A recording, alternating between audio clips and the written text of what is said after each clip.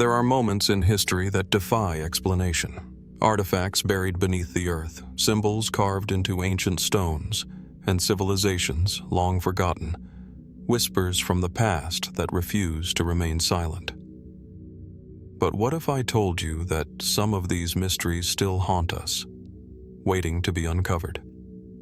What if the key to unlocking the true origins of humanity lies hidden in a forgotten tomb or a cryptic manuscript that has yet to be deciphered? The truth, buried in the sands of time, might be more terrifying and awe-inspiring than we can imagine. For centuries, explorers, archaeologists, and historians have faced challenges that defy logic. From lost cities beneath the ocean's depths to strange relics that hold secrets far beyond their maker's time, the past is filled with enigmas that leave us questioning everything we know.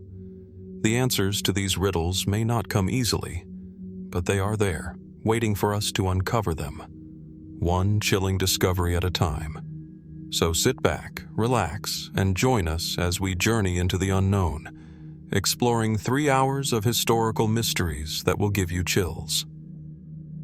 In the heart of London, beneath the bustling streets where modern life intertwines with centuries of history, a mystery has quietly lingered for over a century.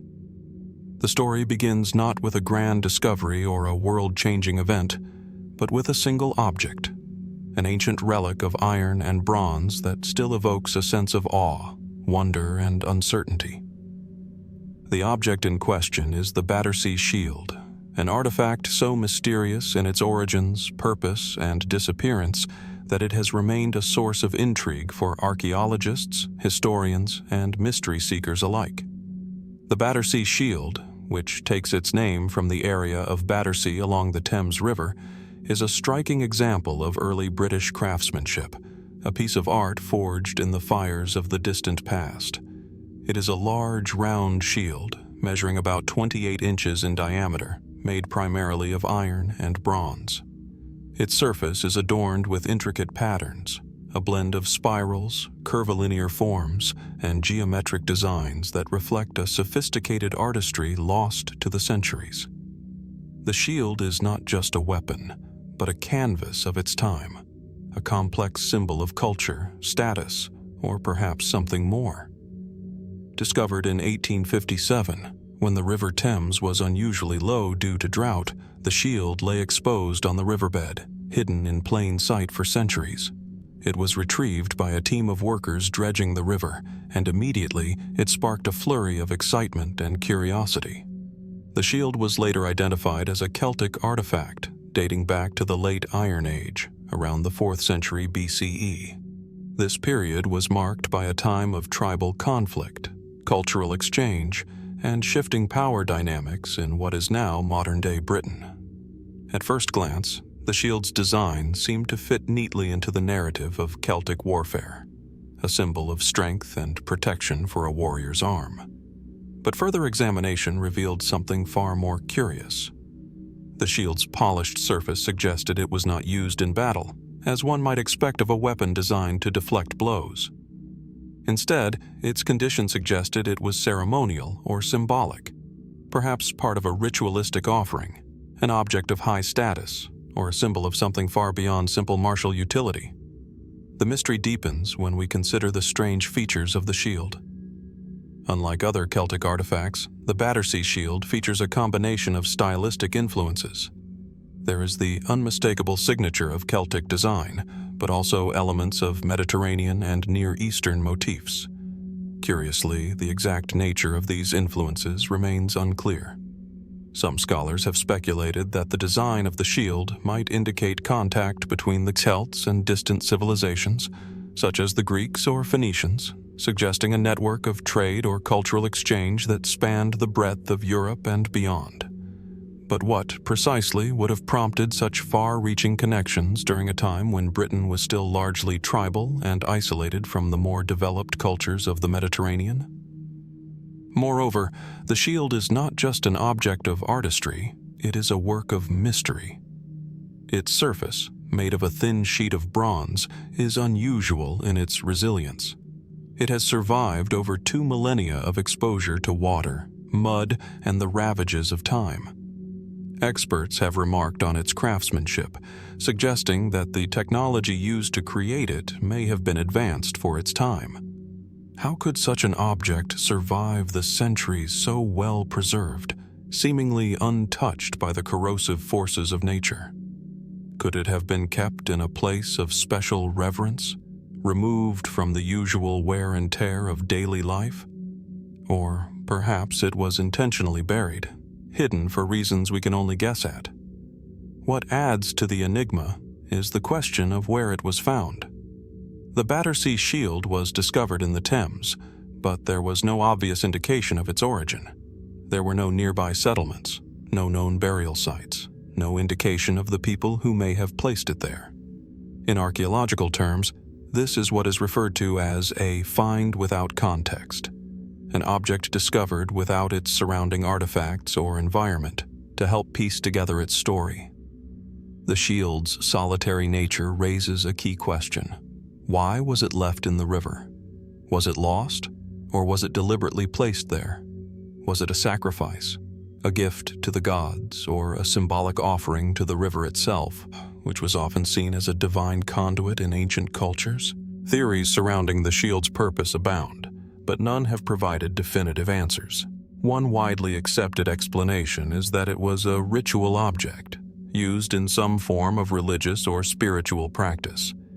It may have been used in a ceremonial context, perhaps as part of a chieftain's funeral rites, or in an offering to appease the gods. The Celtic people of this era were known to engage in complex rituals and had a deep spiritual connection to their natural world, including rivers, which were seen as gateways between the living and the divine. Another theory suggests that the shield might have been a symbol of power or a badge of elite status, perhaps belonging to a Celtic leader or warrior of great importance. If it was a symbol of authority, it may have been placed in the river as a kind of symbolic burial, a way to send that power away, either to the gods or to the afterlife. Still, there is another, more speculative theory, that the shield may have been associated with a lost civilization, a group of people whose identity and history are now forgotten.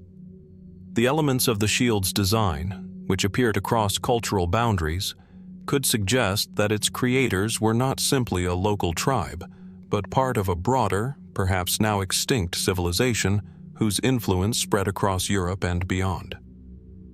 Could the Battersea shield hold the key to a lost chapter of ancient history?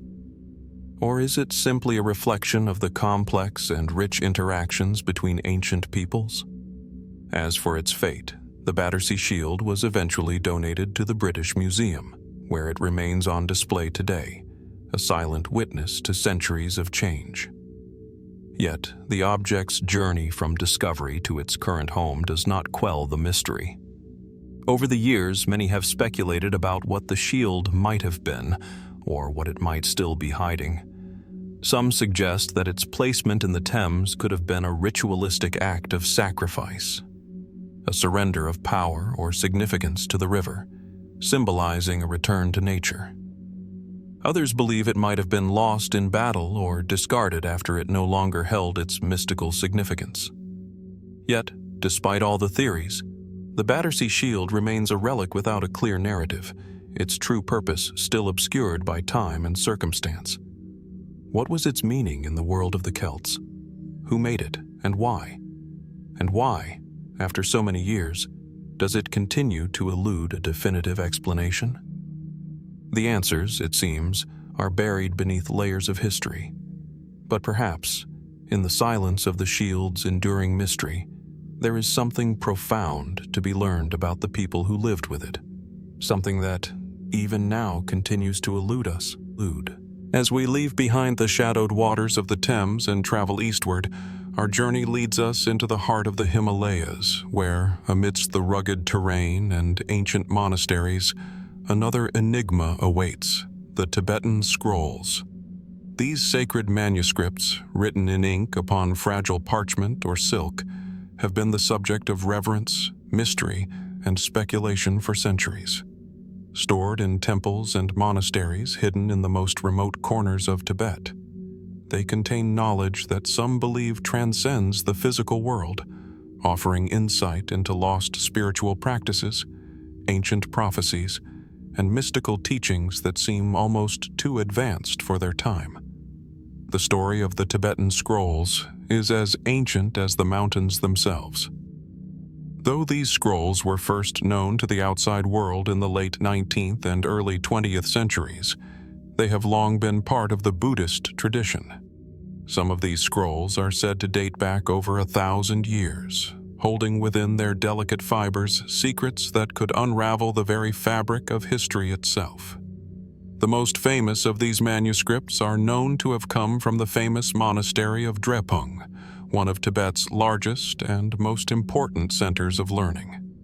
Yet, despite their prominence, the true content of many scrolls remains veiled, guarded by the monks who protect them. The scrolls are often said to contain teachings that go beyond ordinary religious doctrine. In some accounts, they describe ancient rituals, almost forgotten, that tap into the hidden forces of the universe. Others tell of mystical journeys, where monks travel to realms beyond the physical world, encountering beings and forces that lie outside our comprehension. These accounts, written in the elaborate Tibetan script, appear to blend elements of Buddhist philosophy with a knowledge that some believe originated in a much earlier, even pre-Buddhist era.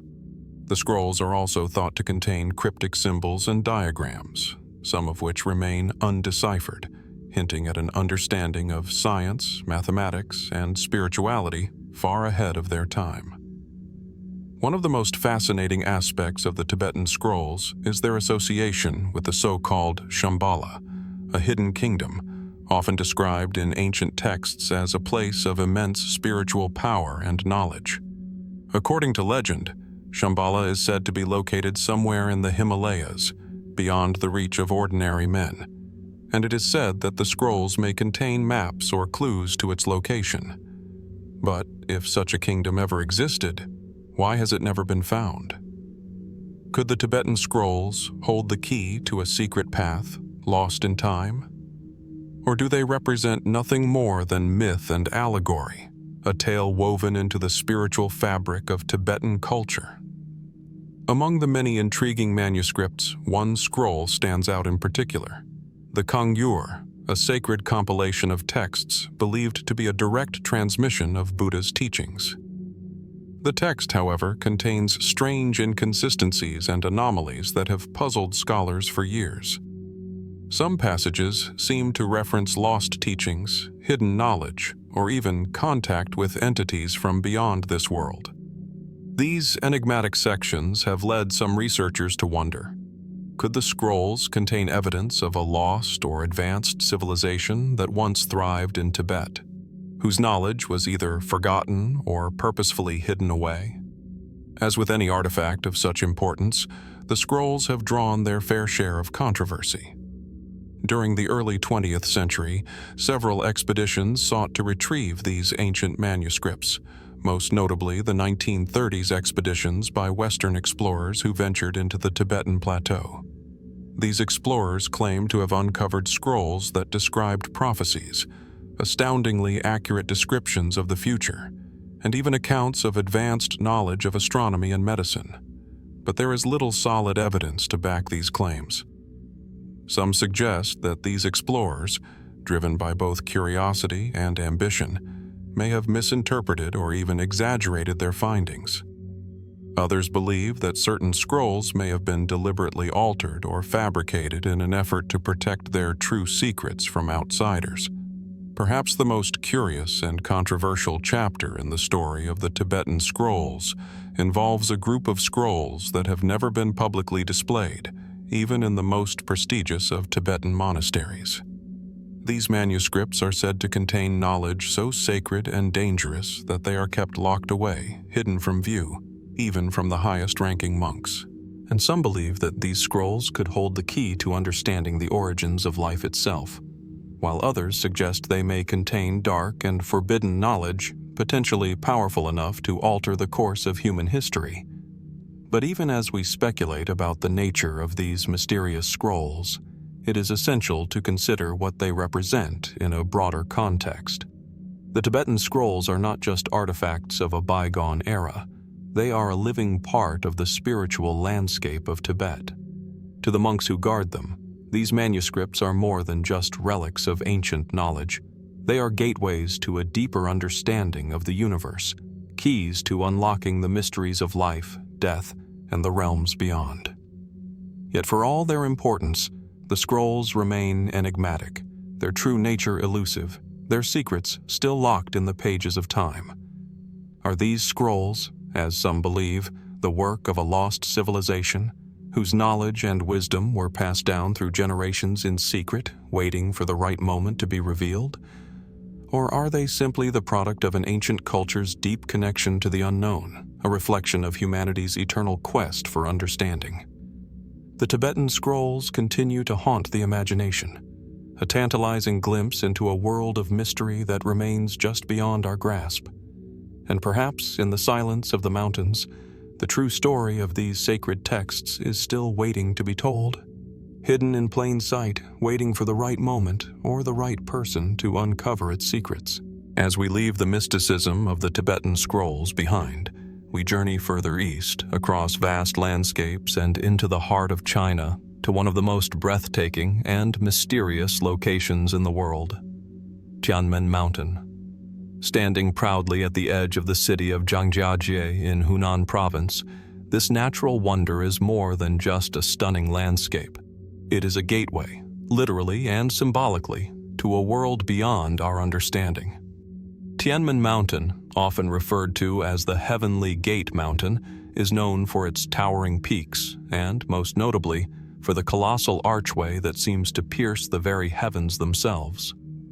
The Tianmen Cave, a massive natural arch measuring over 130 feet high and 60 feet wide, is one of the largest of its kind in the world. This giant opening, formed over millions of years through natural erosion, appears to lead straight through the heart of the mountain, creating a gateway that has inspired awe and wonder for centuries. But what lies beyond this threshold? What ancient secrets does this stunning feature conceal, and why has it captured the imaginations of so many? Local legend speaks of the mountain as a sacred place, a link between the earthly realm and the heavens. For centuries, the people of Zhangjiajie have referred to it as a heavenly gate, believing it to be a bridge to the gods, a place of divine intervention and spiritual power. But even the most scientific minds are left with questions when they examine the striking appearance and mystique of Tianmen Mountain. Could this natural archway hold a deeper, more significant meaning?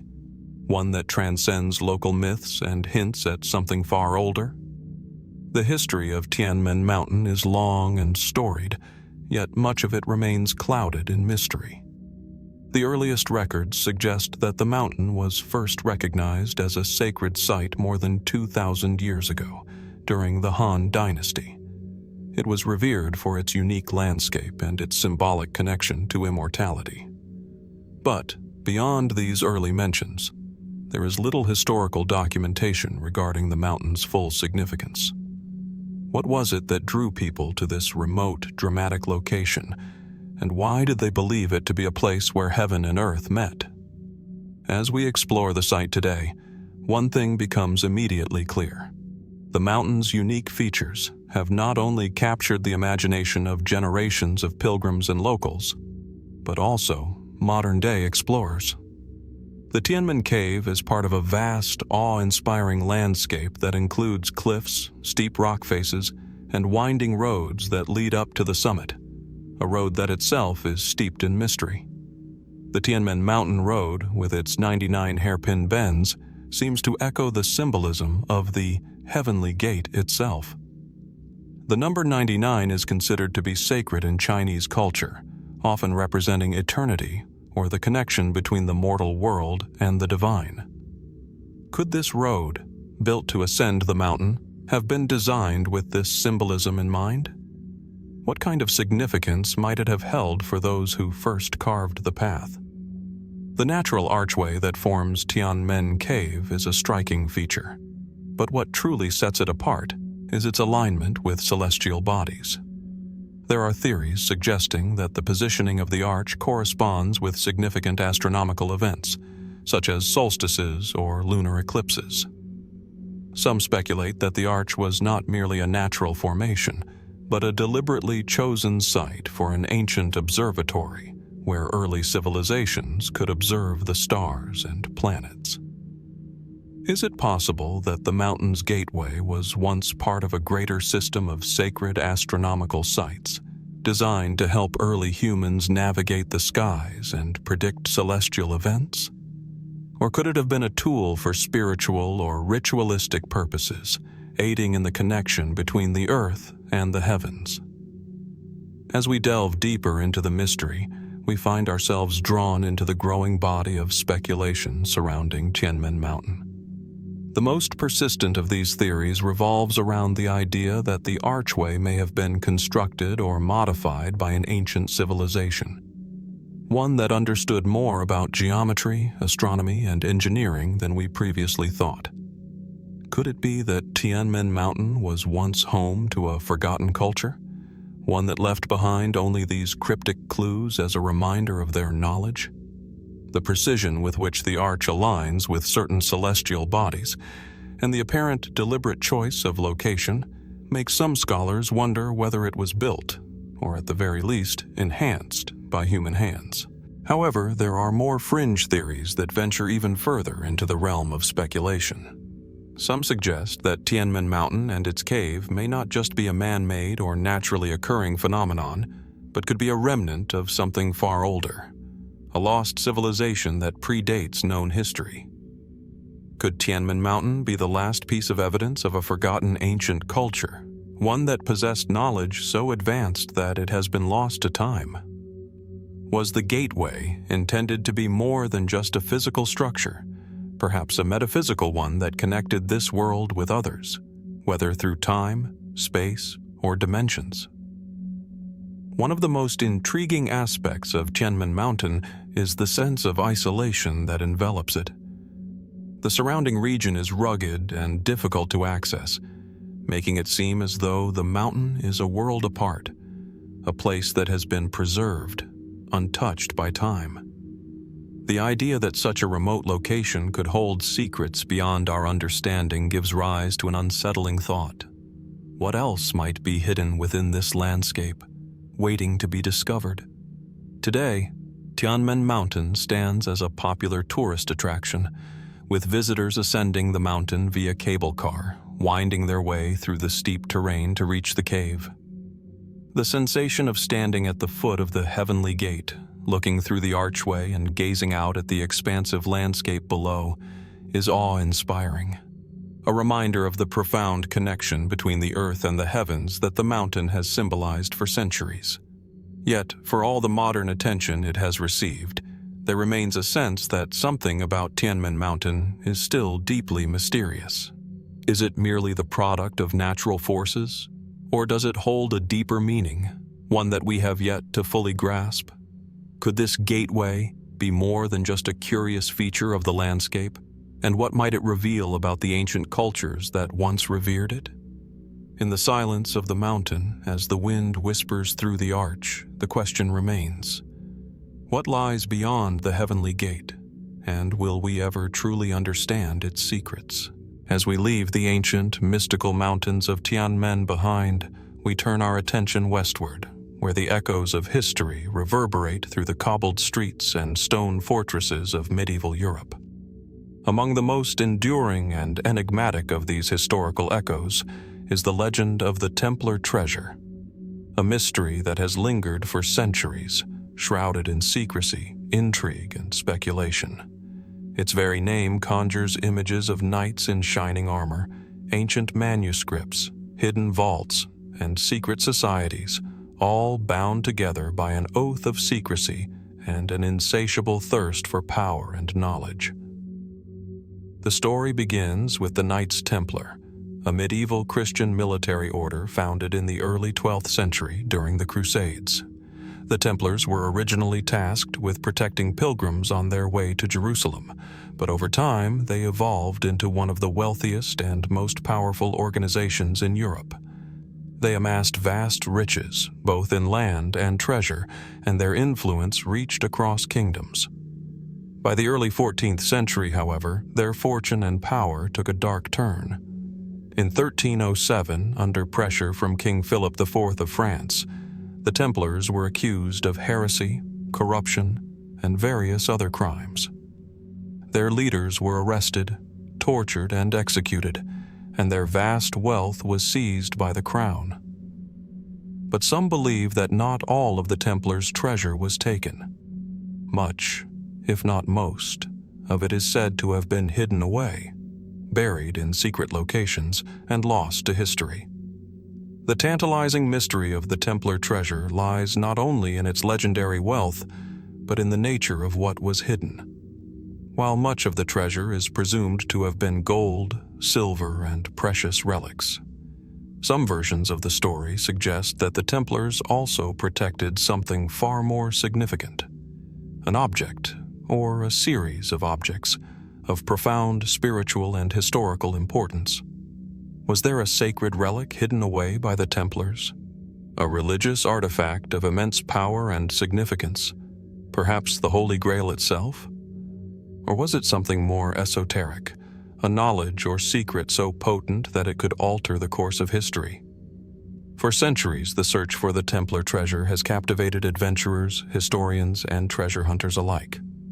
One of the most famous claims came in the 16th century when the Spanish explorer Hernán Cortés is said to have discovered a vast hoard of Templar treasure hidden in the vaults of the Temple of the Sun in the New World.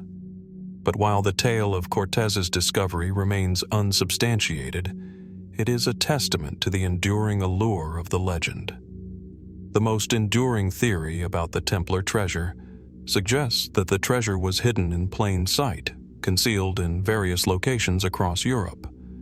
There are numerous stories of secret codes, hidden messages, and cryptic symbols embedded in the architecture of medieval churches, castles, and cathedrals. Some researchers point to the architecture of certain buildings, such as the Rosslyn Chapel in Scotland, which is adorned with strange carvings and symbols that some believe were intended as clues to the treasure's location. Others suggest that the Templars left behind maps hidden in plain sight, waiting to be deciphered by those who could understand the cryptic messages they left behind. Perhaps the most famous of these theories is the belief that the Templars hid their treasure in Oak Island, a small island off the coast of Nova Scotia, Canada. Since the late 18th century, treasure hunters have flocked to Oak Island, driven by the belief that the Templars buried something of immense value there. Numerous excavations and attempts to find the treasure have yielded strange artifacts, including tools, ropes, and even a stone inscribed with strange symbols, leading many to believe that the island holds the secret to the Templar treasure. Yet despite decades of digging and investigation, the treasure has never been conclusively found. Some believe that Oak Island's treasure may never be recovered, hidden too deeply, or protected by an elaborate series of traps or mechanisms that the Templars designed to keep their secrets safe. While Oak Island remains the most famous site tied to the Templar treasure, the hunt for it extends far beyond the shores of Canada. In Europe, there are reports of mysterious tunnels and hidden chambers beneath old Templar strongholds. Some believe that beneath the Temple Mount in Jerusalem, one of the most sacred sites in Christianity, Islam, and Judaism, the Templars may have found something extraordinary.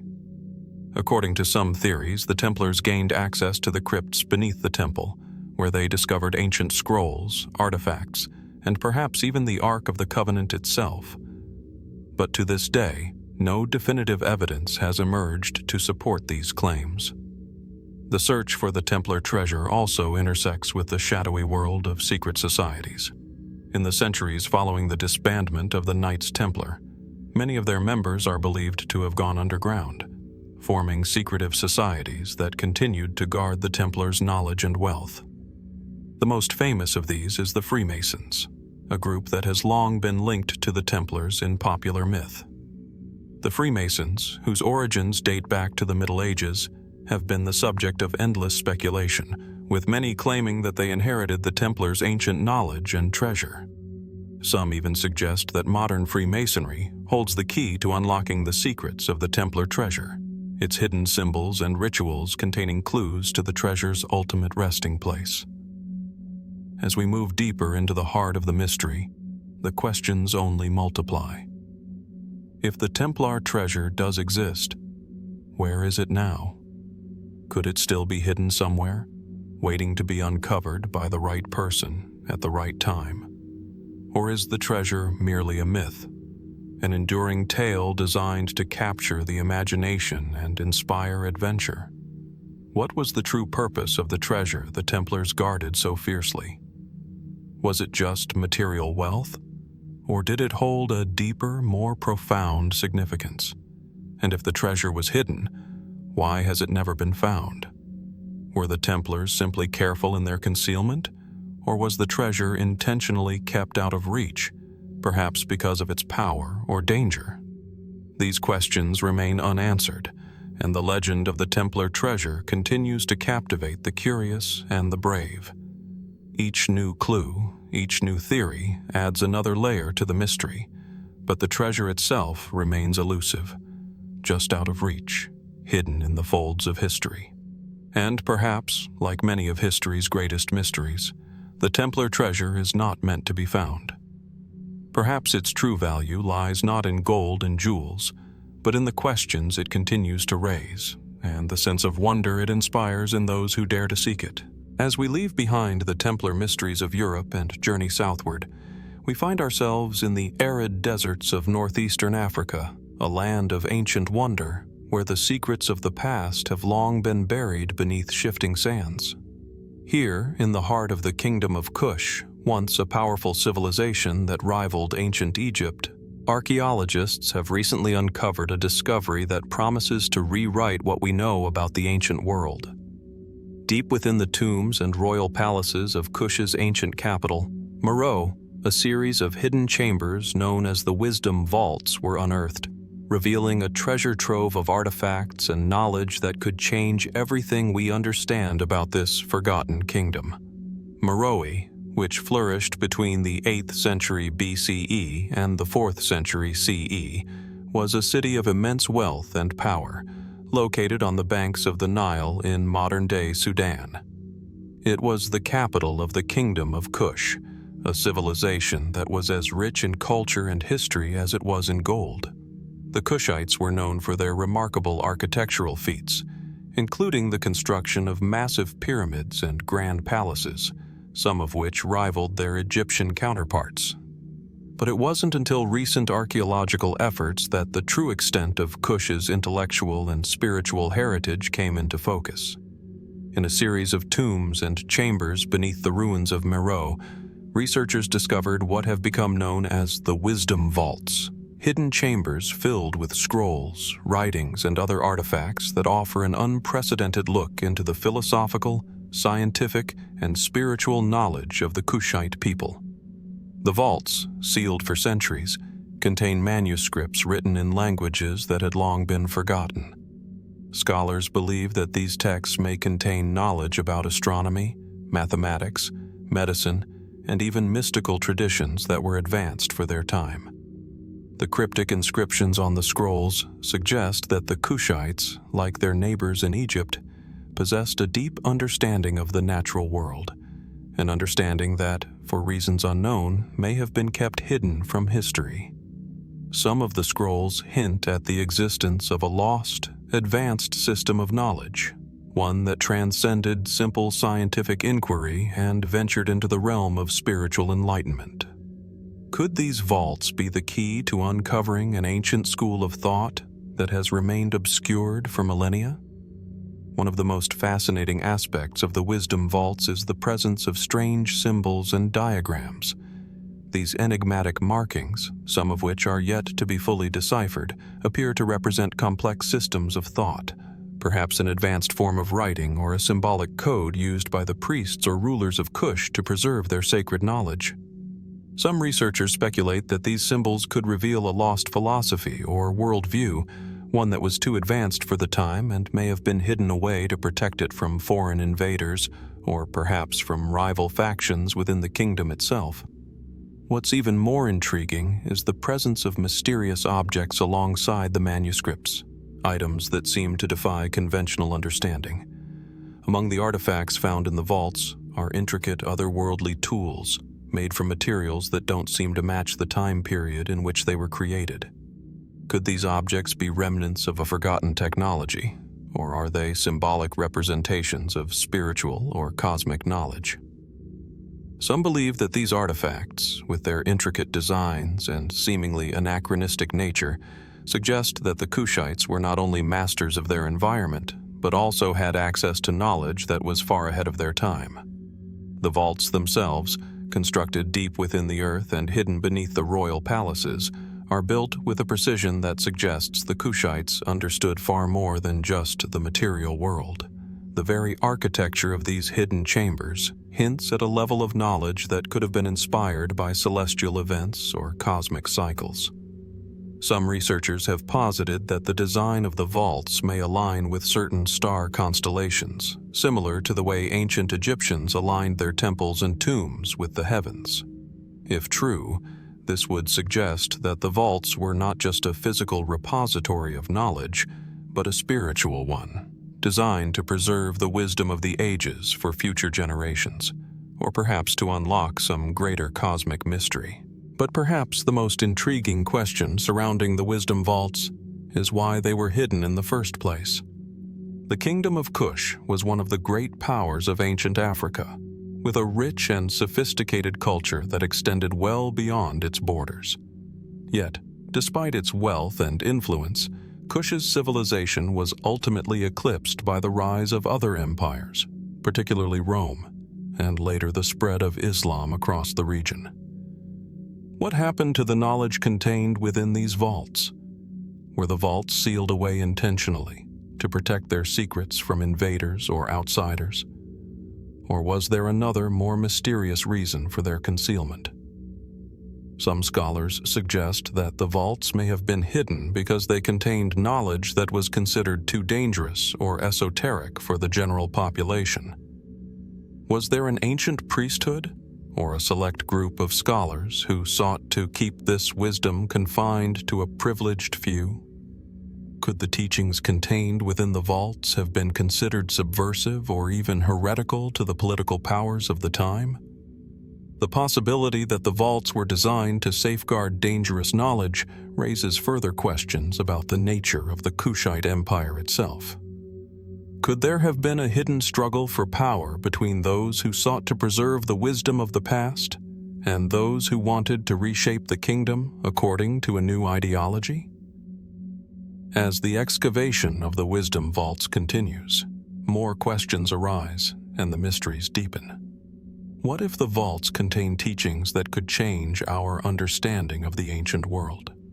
Could they reveal the existence of a lost school of thought that might bridge the gap between ancient African cultures and the philosophical traditions of the Mediterranean and Near East? What secrets lie in these forgotten texts, waiting to be unlocked? The manuscripts and artifacts found in the vaults may represent only the tip of the iceberg, suggesting that there is much more to discover beneath the sands of time. And as we stand on the precipice of this ancient knowledge, one thing is clear. The story of the wisdom vaults is still being written. The vaults, and the knowledge they contain, remain largely unexplored, an enduring mystery, locked in the heart of the kingdom of Kush. As new discoveries are made, one can only wonder what other secrets lie hidden beneath the earth, waiting to be revealed to the world once again. What else, we must ask, has the desert kept hidden from us all these centuries? As the misty clouds roll over the towering Andes Mountains and the vast jungles of South America stretch into the horizon, an unsettling mystery lies hidden beneath the canopy. Tucked away in the remote reaches of the continent, where few have ventured and even fewer have returned with answers, archaeologists have uncovered what some believe to be a treasure beyond all reckoning: The golden tablets. These shimmering artifacts, polished to perfection and etched with intricate symbols, have stunned the world, leaving behind only more questions than answers. But who created these tablets? And why were they buried deep within the earth? The discovery of the golden tablets occurred in the early 20th century, when a group of explorers stumbled upon a hidden chamber deep within a craggy mountain cave, nestled in the rugged highlands of Peru. What they found inside the chamber were tablets, gleaming golden sheets, some no larger than a hand, others as large as a human chest, inscribed with symbols and patterns that appeared both familiar and utterly foreign. The gold itself was unlike any known to modern scientists, possessing a purity and smoothness that left even the most seasoned metallurgists scratching their heads. But it wasn't just the material that stunned researchers. It was the markings upon the surfaces, symbols that seemed to hint at something greater, something lost to time. The tablets were carefully removed from their resting place, and upon closer inspection, it became apparent that the writing on them was not from any known language in the region. Some of the symbols resembled ancient scripts from distant cultures, Mayan, Incan, and even Sumerian. Other markings seemed to be purely abstract, geometric in nature, perhaps hinting at a deeper esoteric meaning. The scholars who examined them were divided. Was this evidence of a forgotten civilization, one that predates the great Inca Empire by thousands of years? Or was this a case of ancient contact between cultures separated by thousands of miles? One theory that quickly emerged is that the tablets were the creation of an advanced civilization lost to history, possibly even one with knowledge beyond that of the ancient Incas. Could this be proof of a sophisticated culture, one that had access to advanced metallurgy, astronomical understanding, and complex symbolism?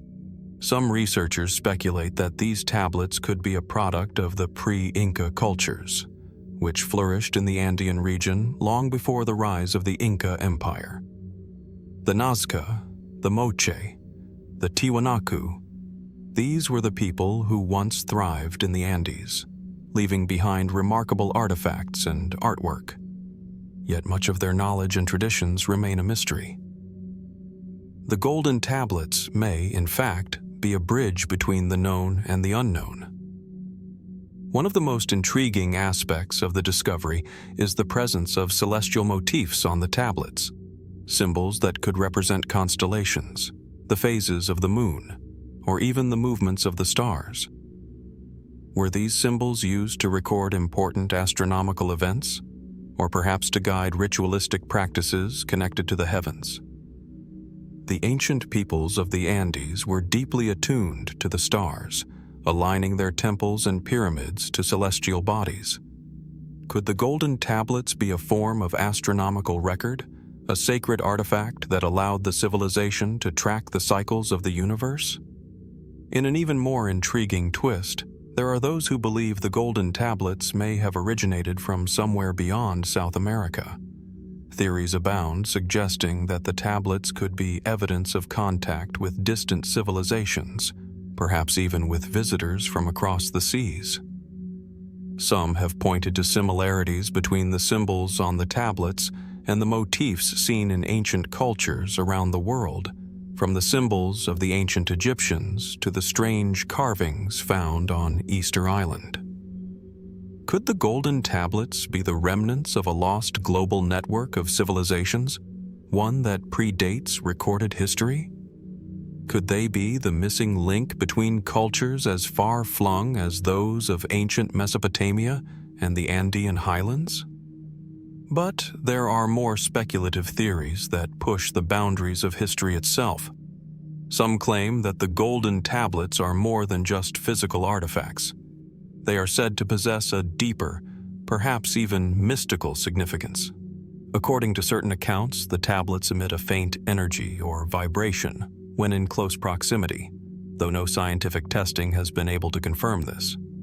Is it possible that the tablets are not simply relics of an ancient civilization, but tools, intended to be used in rituals or even as a means of communication with forces beyond our understanding? One particularly captivating theory revolves around the notion that the golden tablets might contain encoded knowledge, perhaps even instructions for harnessing the very forces of the earth. There are whispers that the markings could represent a lost form of alchemy, or a system of knowledge so advanced that it defies the understanding of modern science. Some speculate that the tablets are not just ceremonial objects, but keys to unlocking forgotten technologies or ancient wisdom that has long been hidden from humanity. What if the tablets are meant to guide those who can decipher their meaning toward something greater, something hidden deep beneath the surface of the earth?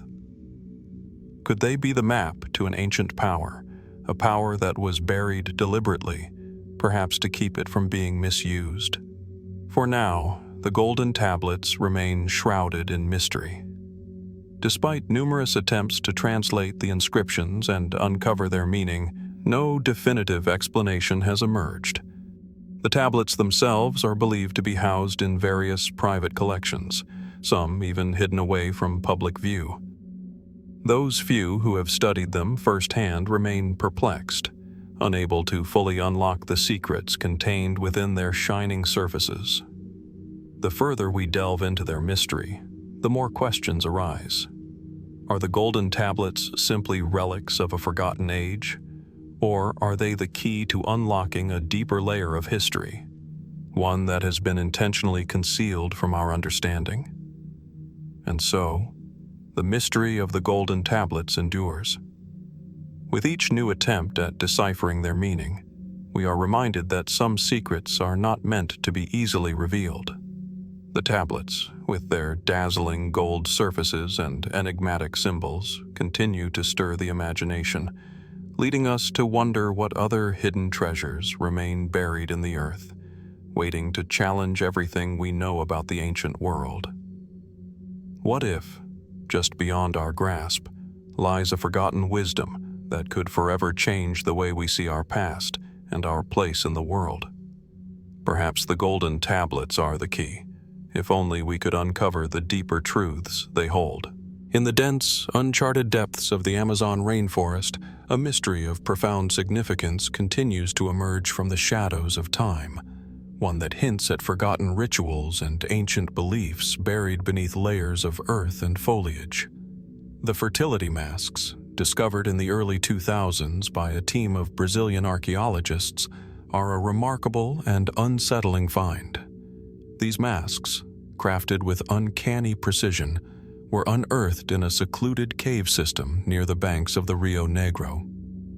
What they reveal is a glimpse into a civilization whose connection to the land and its primal forces remains largely unknown.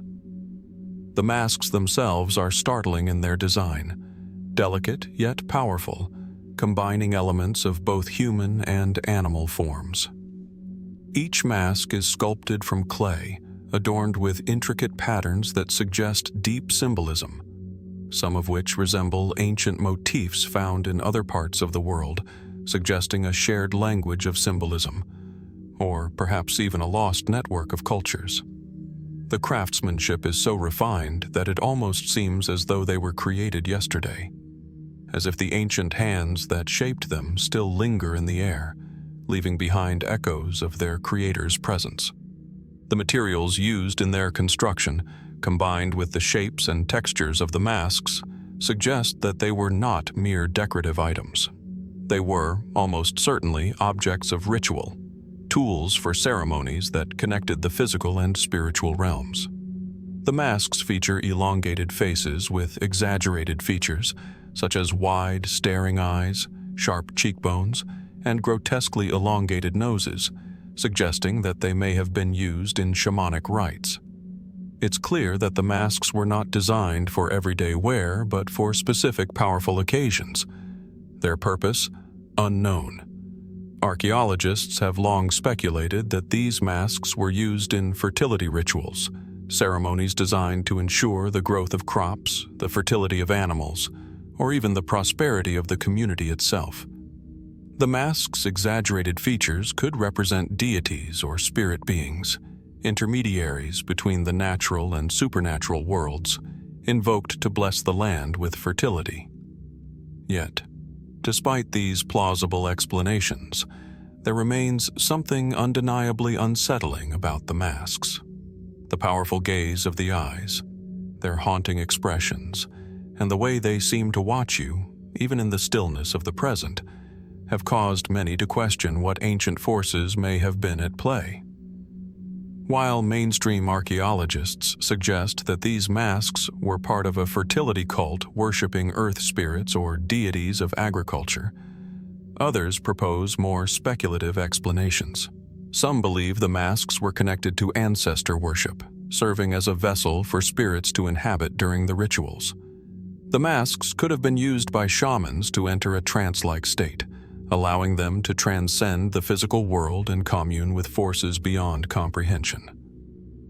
The presence of certain plant residues found in the area, possible hallucinogens, only deepens this theory, suggesting that the rituals might have involved altered states of consciousness designed to open gateways to the spiritual realm. In a more fringe theory, there are those who claim that the masks could represent a deeper, more universal mystery. Some suggest that the fertility rituals of this lost culture may have been part of a forgotten tradition linked to ancient knowledge, one passed down from earlier, more advanced civilizations. This knowledge, they argue, may have included secrets about the Earth's natural cycles, secrets that have since been lost or intentionally suppressed. Were these masks and the ceremonies surrounding them perhaps a way to tap into some hidden energy or force of nature, a force that modern science has yet to understand? One of the most fascinating aspects of the fertility masks is the suggestion that they were linked not just to fertility in the human sense, but to something far more profound. Could they have been designed to draw down cosmic energy from the stars or the very Earth itself? The masks, with their otherworldly features, their stark, intense expressions, might suggest a communication between the human and the divine, a kind of cosmic fertility. Were the ancient people who created these masks aware of forces in the natural world that have since been forgotten or lost to time? One mask, in particular, has baffled scholars, a figure adorned with intricate carvings that appear to represent constellations. The eyes of the mask are said to mirror the pattern of the stars in the night sky, suggesting that the masks may have been connected to astronomical rites. Could these ancient people have been aware of celestial events, such as the alignment of certain stars, and used the masks in ceremonies to harness the cosmic energy believed to flow through the heavens?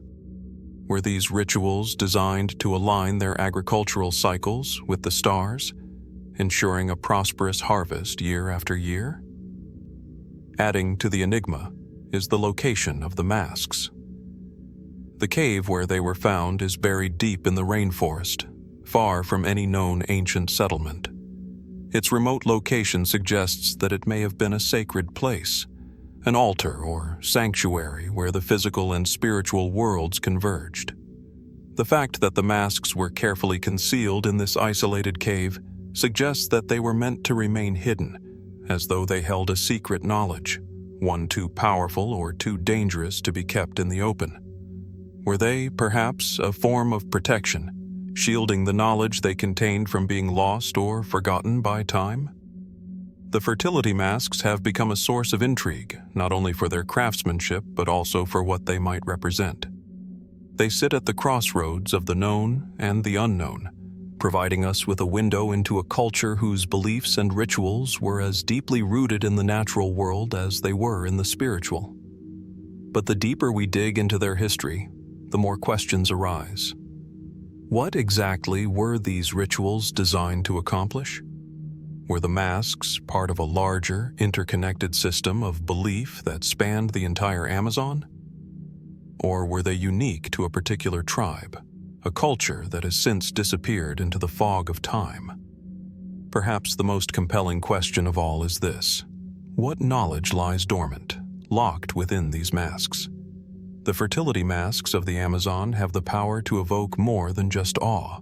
They suggest that ancient civilizations may have had access to wisdom, practices, and mysteries far beyond our current understanding. Were they trying to unlock forces of nature that we have yet to comprehend? Could the masks still hold the key to a forgotten world? A world where the boundaries between the physical and spiritual were far more porous than we ever imagined? As the rainforest continues to shift and grow, the masks remain there, silent, waiting for us to unravel their story. And with each new discovery, we are reminded that the past, no matter how deeply buried, is always alive with secrets, just waiting to be uncovered. What else might still be hidden in the dense, ever-shifting heart of the Amazon, waiting for us to reach out and touch it once more? In the arid, sun-baked desert of modern-day Syria, the remnants of an ancient city lie half-buried beneath the sands, its once grand walls crumbling with the weight of centuries. This is the forgotten city of Dura-Europos. Now largely overlooked by the modern world, Dura-Europos was once a thriving crossroads of cultures, perched on the Euphrates River, where east met west, and civilizations of all kinds intertwined. But what happened to this city, and why did it vanish so suddenly from history? Discovered in 1920 by a French archaeological expedition, the ruins of Dura-Europos have long been recognized as an extraordinary window into the past. The city, which flourished from around the 3rd century BCE to the 3rd century CE, was a unique melting pot of cultures, home to a vibrant blend of Greco-Roman, Persian, and local Syrian influences. It was a city that bore the mark of empire and trade, filled with bustling markets, grand temples, and elaborate homes. But despite its importance, its sudden abandonment, likely sometime during the 3rd century CE, remains a mystery. What caused this once thriving urban center to fade into obscurity? The city's location, on the border of the Roman Empire and the Persian Sassanid Empire, was strategic. It served as a military outpost, a vital fortress against the Sassanid Persians. Dura-Europos was built with impressive fortifications, including thick, towering walls, watchtowers, and a complex system of gates. Inside, the city was a remarkable blend of influences: Greco-Roman architecture alongside Persian styles, local Syrian traditions interwoven with foreign ideas. But today, it is known more for what it left behind than for what it ever achieved in its prime. The ruins themselves tell a story of sudden decline. Among the most striking finds were the remains of walls and buildings that had been hastily covered and sealed with dirt, almost as if the city had been buried on purpose. In some areas, the desert sand had encroached so quickly that entire sections of the city were preserved in a time capsule, leaving behind murals, inscriptions, and artifacts in pristine condition. One of the most remarkable discoveries was a series of stunning frescoes in the city's synagogue, depicting biblical scenes in a style not seen elsewhere in the ancient world. These religious paintings suggest a thriving Jewish community in the city, one that existed alongside pagans, Christians, and Zoroastrians. The diversity of Dura-Europos was its defining feature, and yet, the reason for its fall remains one of history's greatest mysteries. Some archaeologists argue that the collapse of Dura-Europos was simply a result of warfare. In the 256 CE, the city was besieged by Sassanid Persian forces. Evidence suggests that the city's defenders put up a fierce fight, but ultimately the Persians breached the walls. The defenders, mostly Roman soldiers and their allies, were driven out and the city was sacked. But what makes Dura-Europos stand out from other cities of the time is the sheer evidence of sudden destruction. The city was not just overtaken, it was abandoned, with residents fleeing almost overnight. Could the city have been deliberately emptied, its walls sealed in a desperate attempt to protect what remained of it from plunderers? Or was it something even more catastrophic that led to its abandonment? What is perhaps most unsettling about the fate of Dura-Europos is the lack of clear evidence for a singular cause. Some speculate that a series of natural disasters, earthquakes, floods, or even plagues, might have played a role. There is evidence that parts of the city were destroyed by what appears to be an earthquake, and the presence of mass graves with signs of plague and disease has led some to suggest that the city's population may have been decimated by illness before the Persian siege even began. In a time before modern medicine, even a single outbreak of disease could wipe out an entire population. Could the city have simply fallen victim to a series of misfortunes, leaving it vulnerable to an eventual conquest? Yet, other more fringe theories have emerged, suggesting that the fall of Dura-Europos might not have been so simple. Some have pointed to the presence of strange, unfinished construction projects, such as an elaborate network of underground tunnels and defensive walls, and suggested that the city's inhabitants may have been preparing for something more than just an ordinary military attack. Were the people of Dura-Europos preparing for a catastrophe that they knew was coming? Could there have been a deeper, darker reason for the city's swift abandonment? The idea that the city was abandoned in the wake of something catastrophic, whether natural or man-made, remains a tantalizing possibility. There is also the unsettling presence of the city's last inhabitants. Evidence from the excavation site suggests that many of the buildings were hastily sealed off. Some suggest that the people of Dura-Europos knew they were abandoning their homes not just to an enemy army, but to a larger, inevitable force that they could not escape.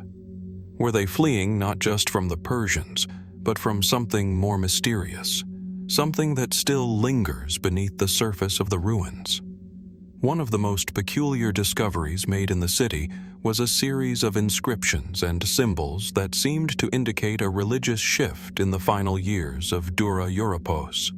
These symbols suggest that there was an intense spiritual upheaval occurring in the city, perhaps in response to external pressures or impending doom. Could the city's sudden abandonment have been tied to a religious or spiritual event?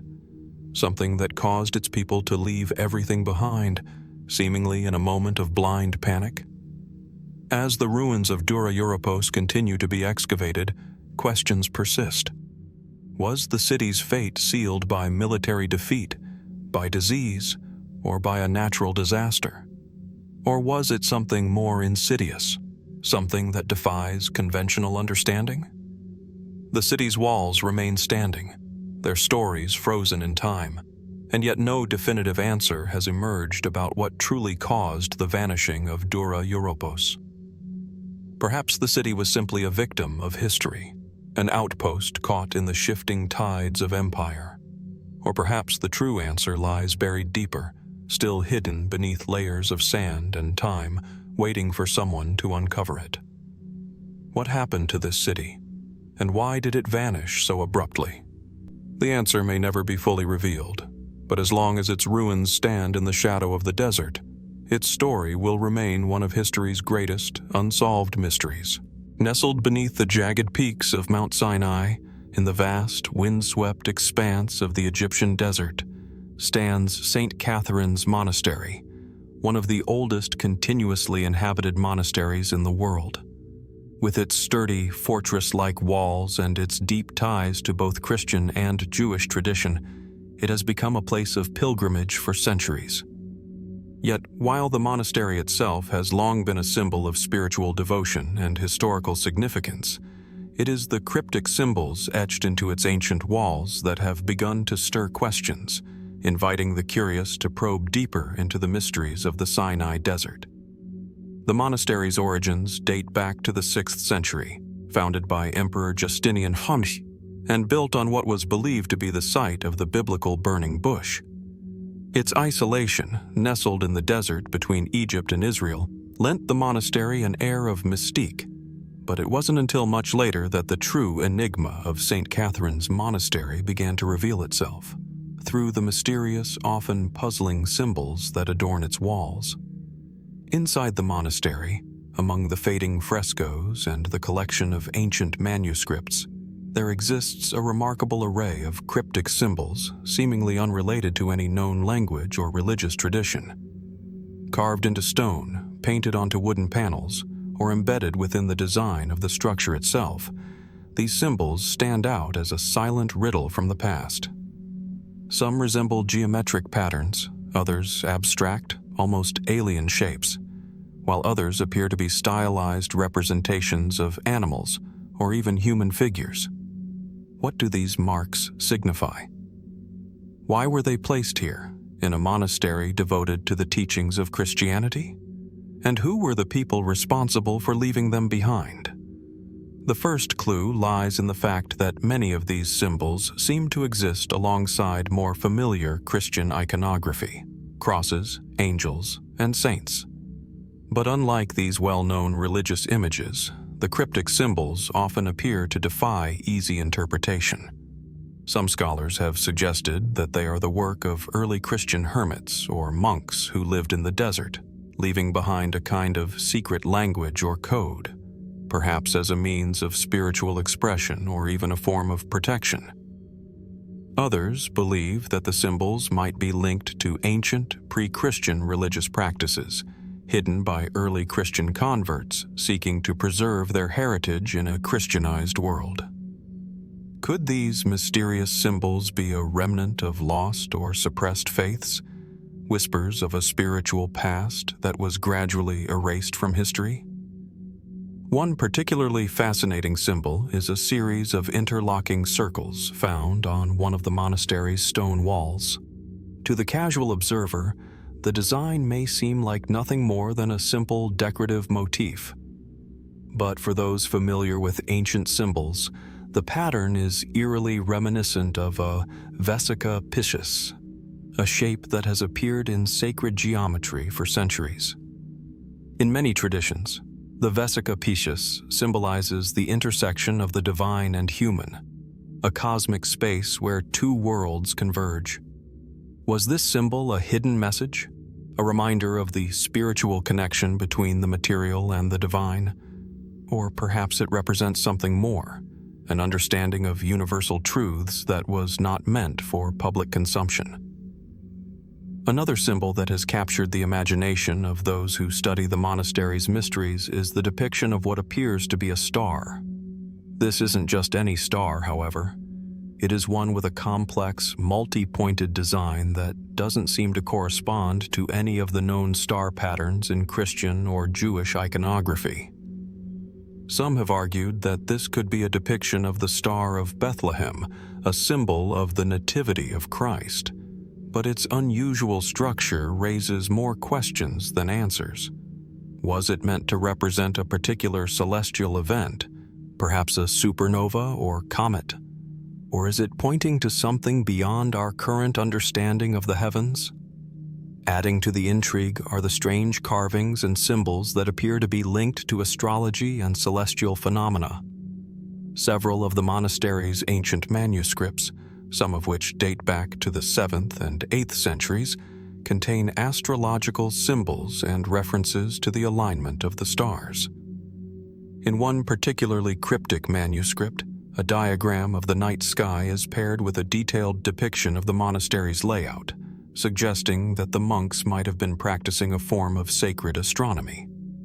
The alignment of certain structures within the monastery seems to correspond with specific celestial events, such as the solstices and equinoxes. Was this a deliberate design? Did the monks, or those before them, believe that the monastery was a place where the heavens and the earth could be brought into harmony? Yet it's not just the symbols on the walls that invite contemplation. The very location of St. Catherine's Monastery is steeped in mystery. Mount Sinai, where the monastery is perched, has long been associated with divine revelation, as it is traditionally believed to be the site where Moses received the 10 Commandments.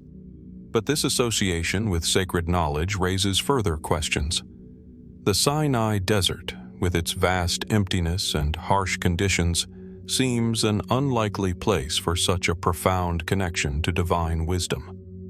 Was the monastery built here because it was a place of profound spiritual significance, or was it chosen for more obscure reasons? perhaps because it was a location that held secrets hidden beneath its dry, cracked earth. There are even more speculative theories that suggest the monastery's hidden symbols could be the remnants of a much older, pre-Christian knowledge system. Some researchers point to the possibility that the symbols might be a form of coded language, a secret script used by ancient sages or mystics. Others have proposed that the symbols represent a lost esoteric tradition that was once widespread throughout the Middle East, predating both Christianity and Judaism. These theories suggest that the monastery's builders, or perhaps those who later occupied it, were part of a larger, more secretive movement, one that understood certain truths that have since been lost or deliberately erased from history. In the centuries since its establishment, St. Catherine's Monastery has weathered invasions, religious transformations, and political upheavals. Yet, despite all the changes, the cryptic symbols that adorn its walls continue to perplex visitors and scholars alike. With every new interpretation, new questions arise, and with every answer, a deeper mystery seems to unfold. What did the monks or the ancient visitors to this sacred site intend by leaving these strange symbols behind? Are they simply the remnants of religious expression, or do they contain hidden knowledge, perhaps an understanding of the universe, or a map to a long-lost truth? In the end, we may never fully decipher the meaning behind the cryptic symbols of St. Catherine's Monastery. But as long as the monastery stands, the mystery endures. Each mark on its walls, each pattern carved into its stones, remains a testament to the knowledge and secrets of those who came before. What truths might still be hidden in these ancient carvings? And what, if anything, can we learn from them that has yet to be revealed? The answers may lie just out of reach, but for now, the riddle remains, and with it, an invitation to look deeper into the mysteries of the past. As the sun sets over the golden sands of the Egyptian desert, one of the most enduring symbols of ancient power and mystique gleams under the light of the fading day, the golden mask of the pharaoh. These iconic funerary masks, created to protect and honor the rulers of Egypt in the afterlife, have fascinated scholars, historians, and adventurers for centuries. They are not simply works of art, they are vessels of mystery, holding within them questions about Egypt's beliefs, practices, and the very nature of their ruler's divinity. But beyond their gleaming surfaces and intricate designs, the golden masks carry a deeper, more enigmatic significance, one that continues to elude definitive understanding. Perhaps the most famous of these golden creations is the Mask of Tutankhamun, discovered in 1922 by the British archaeologist Howard Carter. The death mask, made of solid gold and inlaid with lapis lazuli, turquoise, and carnelian, is a stunning representation of the young pharaoh. His eyes, eternal and unblinking, stare back at us across millennia, a silent reminder of a civilization's reverence for its kings. Yet, while this mask has become one of the most recognizable artifacts in the world, it is far from the only golden mask to have been uncovered in Egypt. In the tombs of other pharaohs and nobility, masks made of gold, silver, and electrum have been found, each designed to preserve the features of the deceased and protect them in the afterlife. These masks, often bearing highly detailed representations of their wearers, seem to transcend mere funeral decoration. They are laden with symbolism, crafted not only to protect the physical remains, but to ensure that the spirit of the deceased could transcend the mortal world and ascend into eternity. Yet, despite the wealth of historical knowledge surrounding these masks, there remains an undeniable air of mystery. What did these masks truly represent? Was their function purely protective, or did they serve as something more, perhaps as conduits to the divine? Were they meant to preserve the essence of the pharaoh's power even after death? And if so, how did the ancient Egyptians perceive the power embedded in these objects? To explore these questions, we must first understand the context in which these masks were created.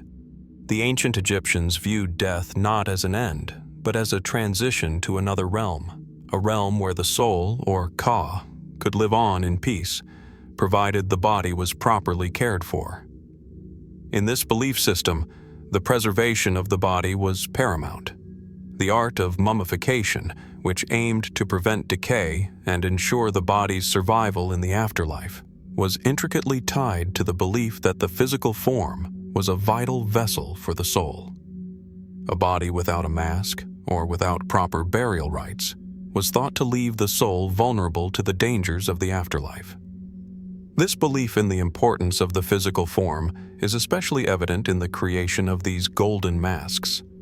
In many cases, the masks were designed to not only mirror the features of the pharaoh or noble, but to accentuate their divine qualities.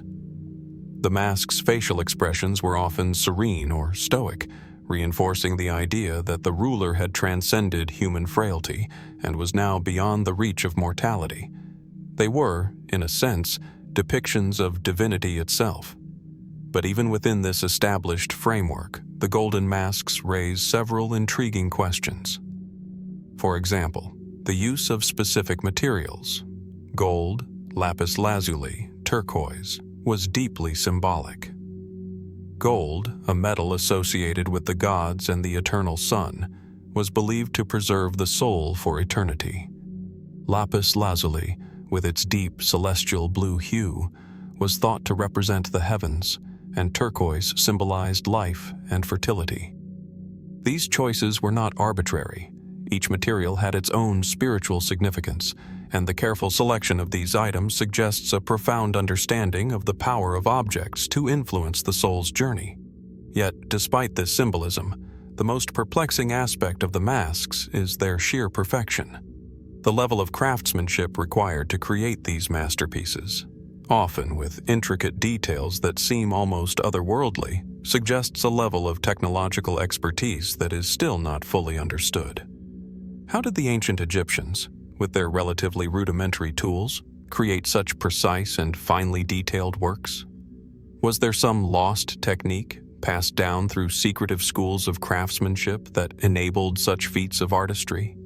Or perhaps, as some fringe theories suggest, the Egyptians had access to advanced technologies, or even knowledge from outside their own civilization, that allowed them to create these objects with a level of sophistication that modern scholars are still struggling to comprehend. Additionally, there are many unanswered questions about the meaning of the masks' designs.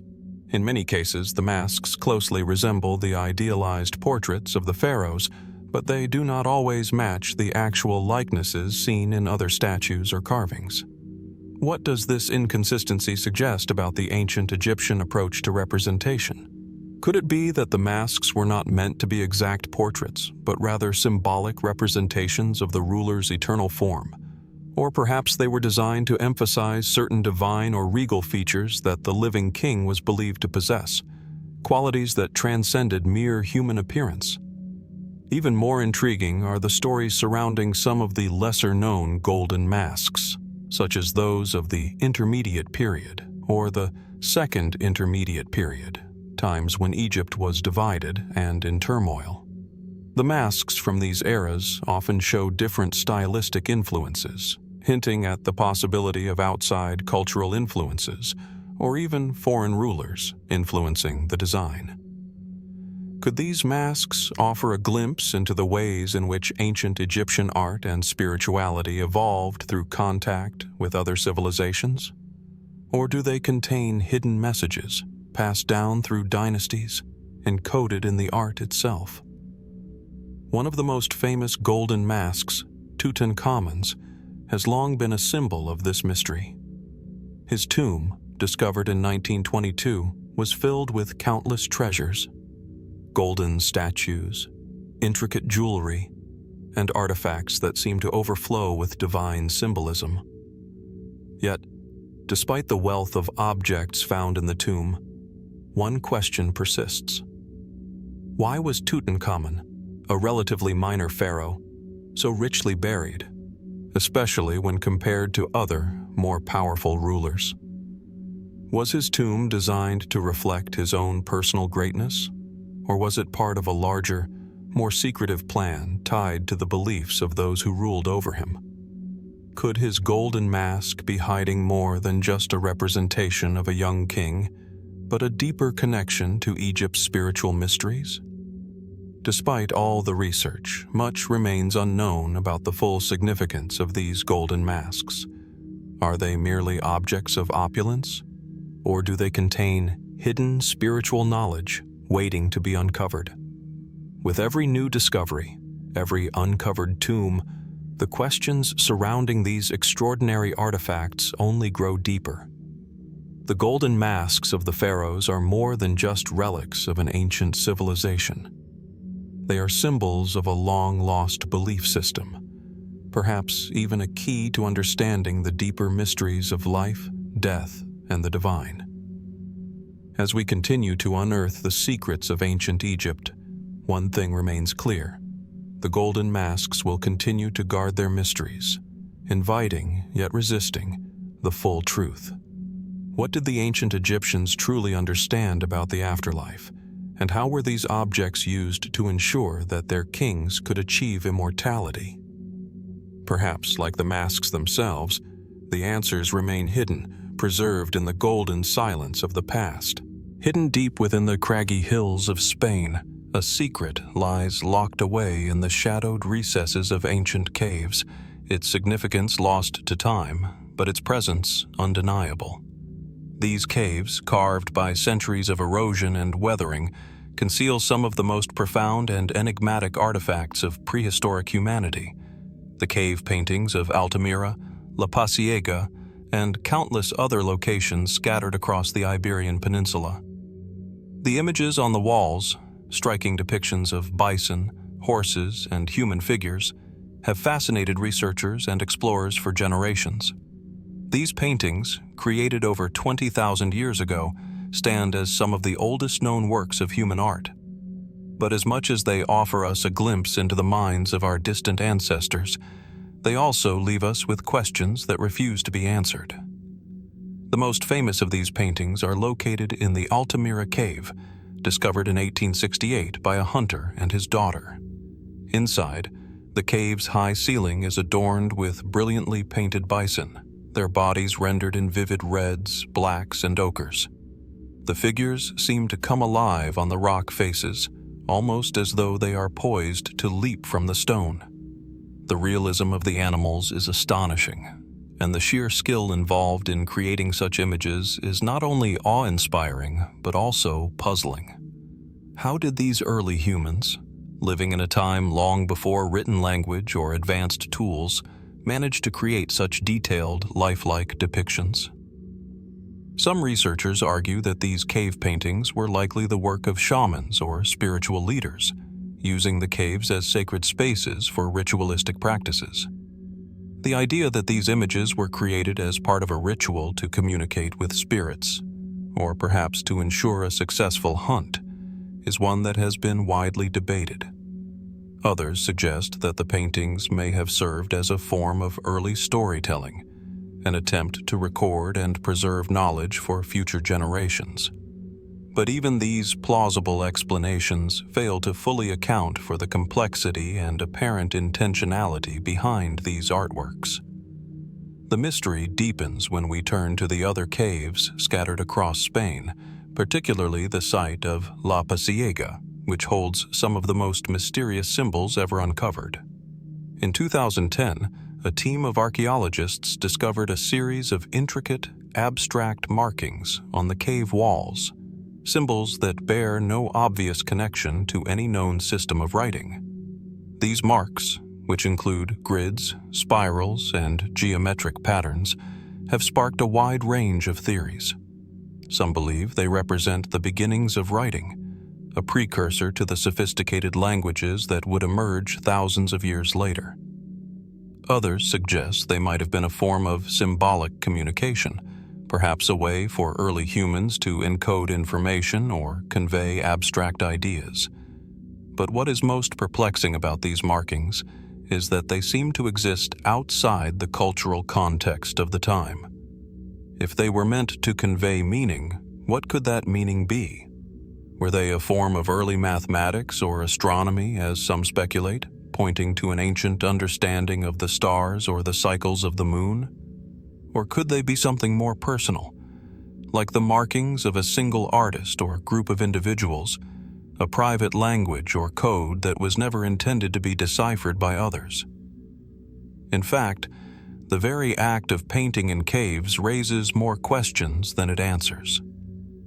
The cave paintings of Spain are often located in hard-to-reach places, some deep within the caverns, where the walls are not easily visible. Why then did early humans choose to place their artwork in these remote and inaccessible locations? Was it a matter of necessity, perhaps related to the space itself? Or was there a deeper spiritual reason for these placements? Could it be that these caves were not just shelters, but sacred spaces, places where human interaction with the divine, or with the spirits of the animals they hunted, took place?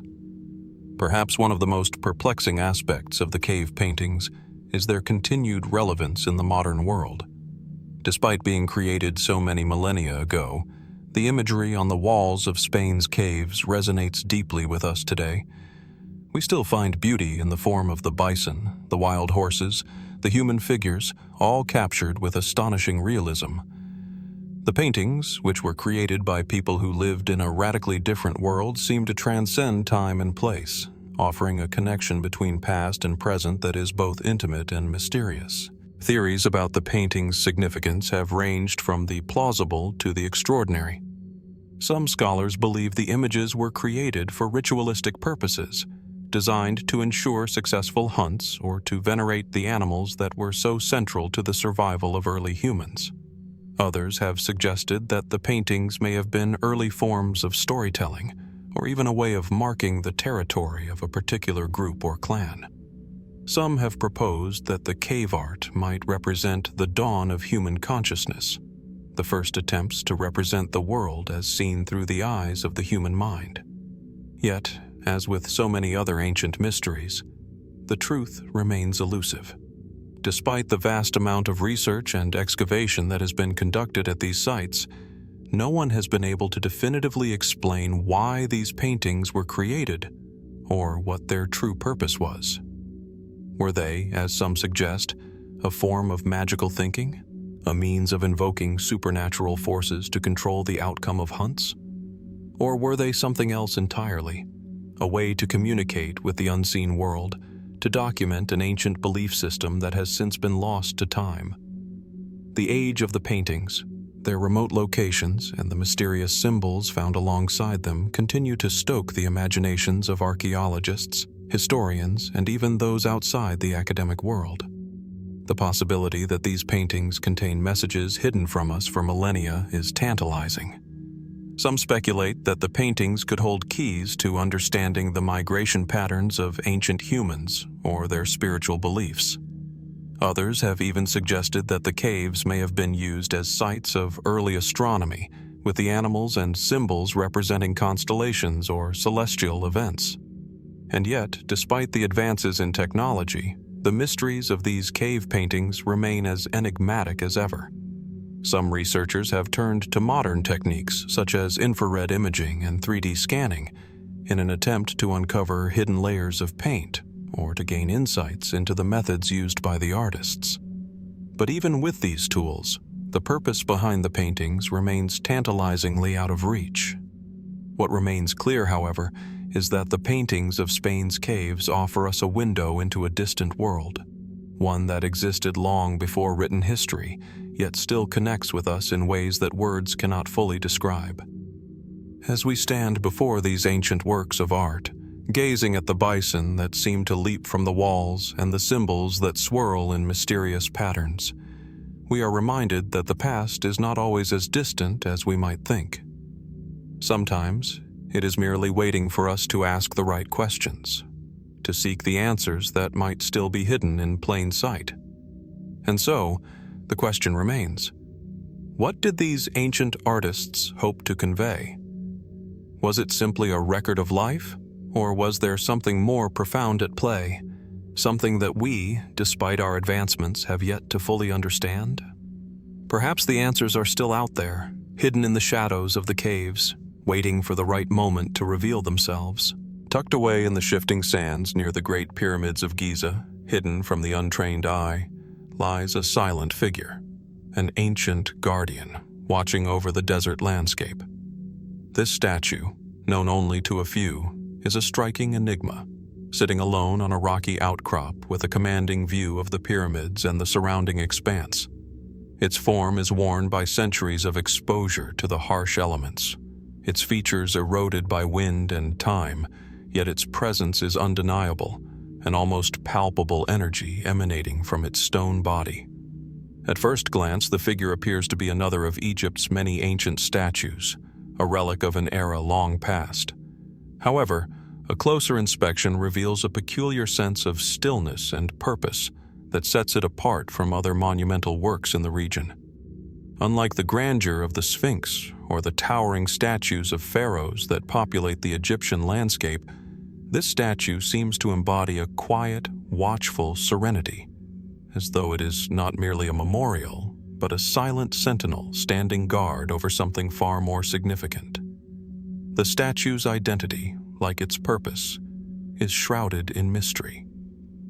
Some believe it to be a forgotten relic, a simple creation from an era far before the construction of the Great Pyramids, an ancient figure erected by a people whose very name has been lost to history.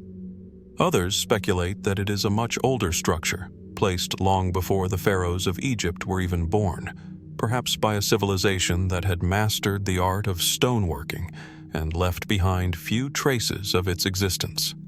The figure's features, though mostly eroded, suggest a humanoid form, yet its proportions are slightly off. Its head is oversized in comparison to its body, almost as though it were deliberately crafted to command attention. The way it faces the pyramids, its gaze directed unwaveringly toward the massive stone structures, suggests it holds some significance, perhaps as a guardian, or even a protector of the sacred burial sites that lay nearby. But if that is its role, why has it been left forgotten, overshadowed by the world-renowned monuments of Egypt? And why does it remain so elusive, far from the main pathways that lead tourists and scholars alike to the more famous landmarks? Historical records offer no clear answer. No inscriptions or markings accompany the statue to indicate its origin or purpose. Unlike the Sphinx, which carries the name of the pharaoh it was believed to represent, this guardian has no such identification. Its absence in ancient texts or tombs only adds to its allure and mystery. Some theories propose that this silent sentinel was constructed by an ancient, pre-dynastic civilization, predating even the early Egyptians. This civilization, they suggest, may have had knowledge and skills that were lost to history, potentially leaving behind relics that were later discovered and repurposed by the ancient Egyptians. Others believe it may have had a spiritual or religious role, a guardian figure intended to protect the sacred land of Giza and the pyramids from desecration or intrusion. But why, then, has it been left so isolated from the main body of Egyptian art and architecture? Theories also abound regarding its design. Some suggest that the statue's oversized head is an intentional representation of wisdom or power, evoking a sense of divine authority, similar to the depictions of gods and pharaohs seen in other Egyptian art. Others speculate that the statue might represent a non-human or supernatural being, an ancient guardian or spirit designed to ward off malevolent forces. Its distinct lack of any obvious inscriptions or markings fuels the idea that this figure may have held a religious significance, perhaps related to local beliefs that were never recorded in Egypt's more formal historical documents. The location of the statue also raises intriguing questions. Situated far from the main tourist paths, it is not readily accessible, and it is easy to imagine how such a figure might have been overlooked by historians or researchers in favor of the larger, more celebrated monuments in the area. Its placement, on a rocky outcrop with a direct view of the pyramids, suggests that it may have been deliberately positioned to observe and guard the sacred landscape. But if it was meant to protect the tombs of the pharaohs, why was it left so far removed from the monumental tomb complexes and temples that surround Giza? There are some who believe that the statue may have been part of an earlier, more esoteric tradition, one that involved the placement of guardian figures at sacred sites. These figures may have been part of a spiritual practice lost to history, perhaps representing the union between the divine and the earthly realms. Was the statue intended to ensure the protection of the pyramids, not only physically but spiritually, through its silent watch? But still, no conclusive evidence exists to support these theories. The statue's purpose and origin remain elusive, a puzzle that scholars and archaeologists continue to probe with little success. Some believe it could have been carved during the reign of an early pharaoh, but the absence of markings or any indication of which ruler or dynasty it belongs to leaves its timeline ambiguous. The lack of inscriptions or supporting records, normally a hallmark of Egyptian art, suggests that this figure may have been intentionally left without a written legacy, perhaps so that it could exist outside the boundaries of recorded history. Could it be possible that the statue holds a hidden significance that we have yet to uncover? Could the guardian figure be more than just a symbol of protection, but a key to understanding the mysteries of the ancient world? If this statue is indeed a product of a lost civilization, what secrets might it hold? Could its design and location offer us clues about the advanced knowledge or spiritual practices of an ancient people who lived long before the Egyptians came to power? As we stand before this silent guardian statue, watching the desert sands sweep past its weathered form, we are reminded that not all mysteries are meant to be solved immediately. Some secrets remain locked away, their answers waiting for the right moment or the right discovery. The statue's quiet watch over the pyramids raises more questions than answers, its true significance still buried in the sands of time. And so, as the sun sets over the Giza Plateau, casting long shadows across the stone, one cannot help but wonder, what is this figure guarding? What purpose did it serve? And why has it been left in relative obscurity while other monuments have taken center stage in our understanding of Egypt's ancient past? Perhaps the answers are still waiting to be uncovered, hidden beneath the layers of history and time, waiting for the right eyes to see them. Or perhaps, like so many other enigmas of the ancient world, the silent guardian will continue to stand alone, watching, guarding, and remaining ever a mystery. As the scorching heat of the midday sun beats down on the rugged landscapes of Afghanistan, the air trembles with the whispers of an ancient past. In the mountains and deserts of this unforgiving region, a mystery has lingered for centuries, one that has defied even the most ardent attempts to explain it. The mysterious disappearance of the Ghurid Sultan, Mu'izz al-Din. His name, once synonymous with conquest and ambition, has become a silent echo, lost to time and the shifting sands of history. Mu'izz al-Din, who ruled the Ghurid Empire in the late 12th century, was a force to be reckoned with.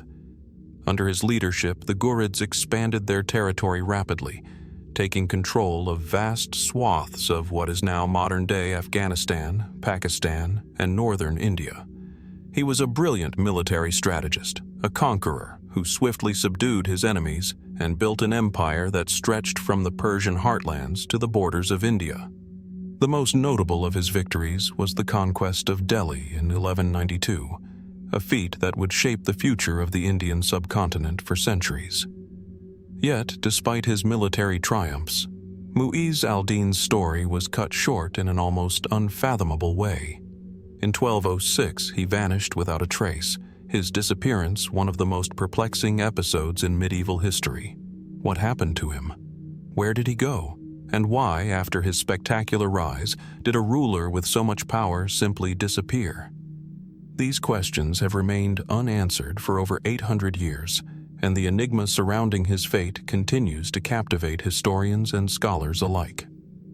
The last known sighting of Mu'izz al-Din came during a campaign in the mountainous regions of present-day Afghanistan. He had traveled to the region to quell a rebellion among the local tribes, but after receiving reports of a successful mission, he seemed to vanish.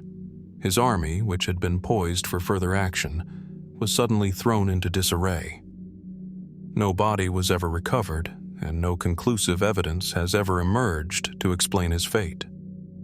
The traditional narrative, as told by historians of the time, suggests that Mu'izz al-Din was killed during a hunting trip. According to some accounts, he was struck down by a stray arrow during an expedition. However, this theory, while plausible on the surface, fails to fully explain the mystery of his disappearance. Why was there no official record of his death, and why did his absence go largely unnoticed for several months? Furthermore, why was the Ghurid Empire, which had once been so stable under his rule, thrown into turmoil so quickly after his disappearance? Some modern scholars have suggested that Mu'izz al-Din may have been assassinated by his own generals or allies, perhaps as a result of political intrigue. During his time, the Ghurid Empire was rife with internal strife, with power struggles between factions and rivalries among military leaders. It is entirely possible that Mu'izz al-Din's sudden disappearance was the result of a carefully orchestrated plot. Yet there are few concrete details to support this theory, and no known documents from the time hint at such a conspiracy. Others have proposed more dramatic theories, suggesting that Mu'izz al-Din may have been the victim of a supernatural force. Given the tumultuous and often violent nature of the medieval world, it is not unheard of for rulers to be remembered as figures of mystery or myth. Some believe that his disappearance was not merely the result of a mundane political struggle, but a part of something much larger, a cosmic event or divine intervention.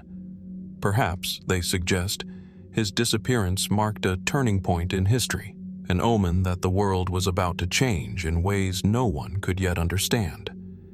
Yet another theory is that Mu'izz al-Din staged his own disappearance. Some believe that he may have grown weary of the burdens of ruling an empire, especially one fraught with constant warfare.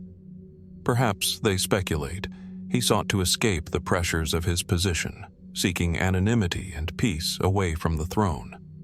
This idea, however, is difficult to reconcile with the nature of his character. Mu'izz al-Din had been a ruler driven by ambition, and the idea of him abandoning his empire voluntarily seems out of step with the man who had once led his forces into battle with such zeal. Still, despite the many theories, the most intriguing possibility is the simplest one. Mu'izz al-Din may have simply disappeared into the vast and treacherous landscapes of the region. The mountainous terrain of Afghanistan and northern India is vast and rugged, filled with remote villages, caves, and secret hideouts that could easily conceal a man of power. Did he flee to one of these hidden places, either to escape his enemies or to disappear from the world entirely? Is it possible that Mu'izz al-Din went into exile, perhaps hiding out in the very lands he had once conquered? Or could he have simply succumbed to the harsh conditions of the region, becoming lost to time and nature? The truth remains elusive, as it has for centuries. No matter how many theories are proposed or investigations conducted, Mu'izz al-Din's disappearance continues to defy explanation. His fate is locked away in the annals of history, a mystery that, like many before it, may never be solved. What happened to this once mighty ruler? Did he meet a tragic end? Or is there something far more enigmatic at play? Perhaps in the end, the story of Mu'izz al-Din is a tale not of loss, but of something far deeper, a reminder that even the greatest of empires and the most powerful of men can, at times, simply fade away into the unknown. Picture the rolling hills of southern England, a land scarred by battles and struggles for power. Wessex, one of the most powerful kingdoms of early medieval England, was ruled by Egbert, a man whose military prowess and political acumen earned him the respect of both his peers and his enemies. His reign, which began in 802 AD, marked a turning point in English history. Under his leadership, Wessex not only endured the Viking invasions, but also began to rise as the dominant force in Britain. In the years leading up to his death, Egbert achieved what few rulers could ever dream of. He united much of England, bringing the disparate kingdoms under his control. He was crowned the King of the Anglo-Saxons, a title that would later evolve into the title of King of England. His military campaigns against the Mercians, the East Angles, and the West Saxons made him one of the most formidable kings in the British Isles. Despite his victories and his eventual prominence as the first King of England, Egbert's death remains one of the great unsolved mysteries of the early medieval period. The king, who had once commanded legions of soldiers and expanded his kingdom with ruthless efficiency, died in 839 AD under circumstances that would leave many wondering what truly happened to him. Egbert's death is recorded in a handful of historical sources, but the details are sparse, and the records that do exist offer little insight into the cause. One of the most important of these sources is the Anglo-Saxon Chronicle, a historical record compiled by monks throughout the medieval period.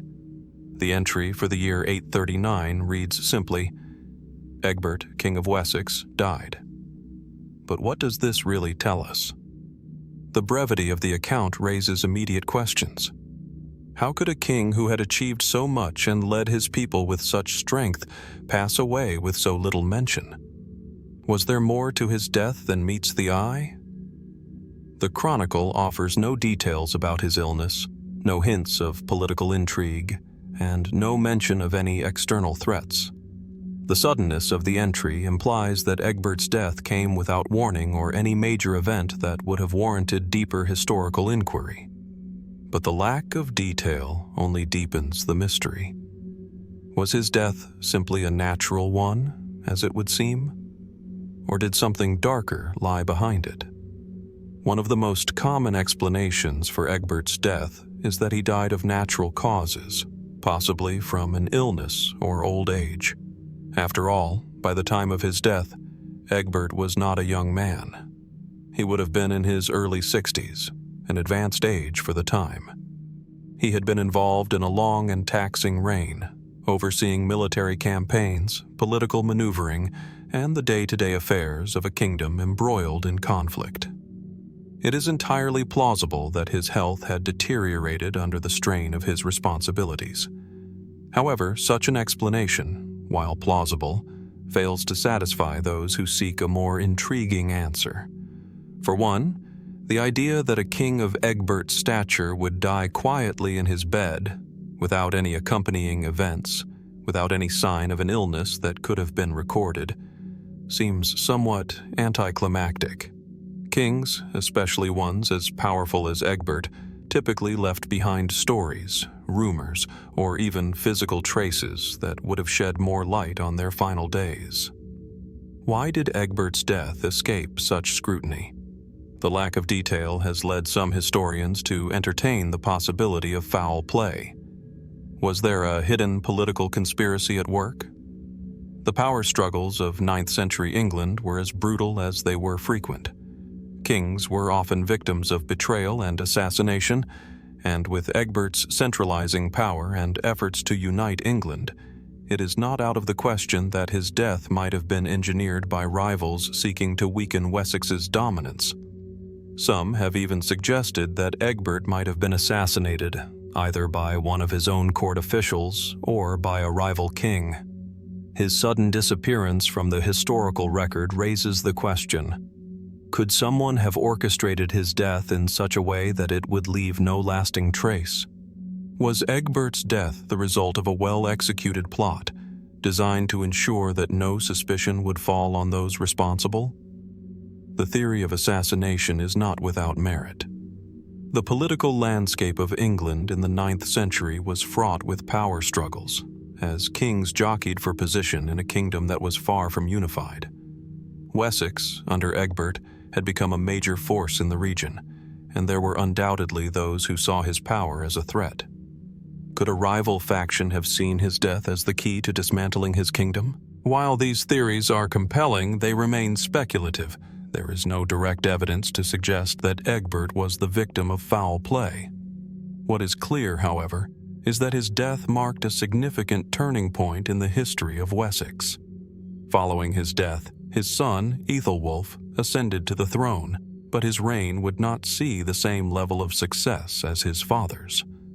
The death of Egbert, whether natural or otherwise, left Wessex at a crossroads. As time passed, Egbert's legacy was enshrined in the historical records, yet the circumstances surrounding his death remained an enigma.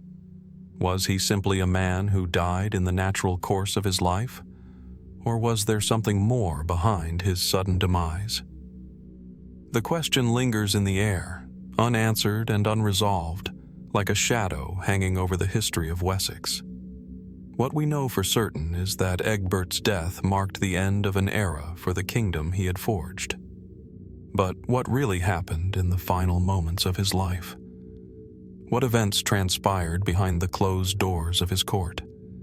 And why does the record remain so silent on this matter? Perhaps, as is often the case with the greatest mysteries of history, the truth remains hidden, lost to time and circumstance.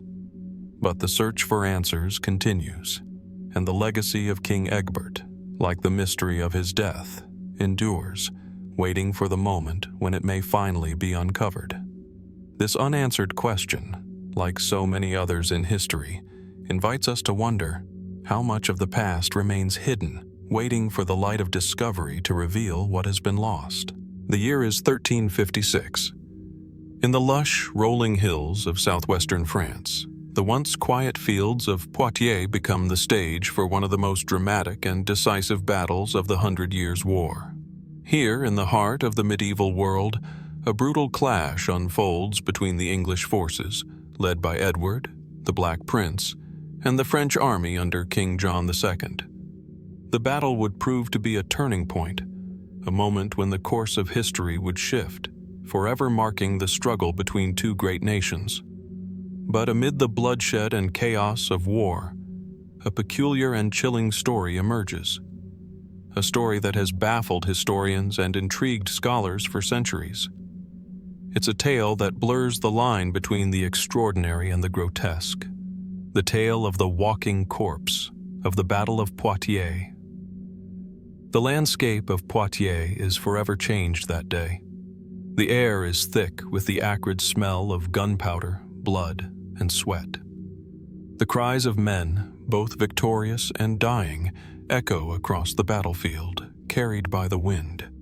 Soldiers clash in hand-to-hand combat, their armor dented and battered by the force of each strike. The ground is trampled beneath the weight of thousands of horses and men.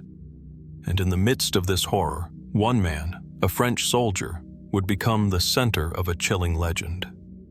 What makes his story so haunting is not merely the violence of the battle or the tragic loss of life. It is the inexplicable phenomenon surrounding the soldier's final moments. According to some of the earliest accounts, after the battle ended and the wounded were being tended to, there was one soldier, grievously injured and seemingly on the verge of death, who continued to fight long after he should have been incapacitated. Despite suffering fatal wounds, one report suggests he had been struck in the chest by an arrow, and another says he was hacked with a sword.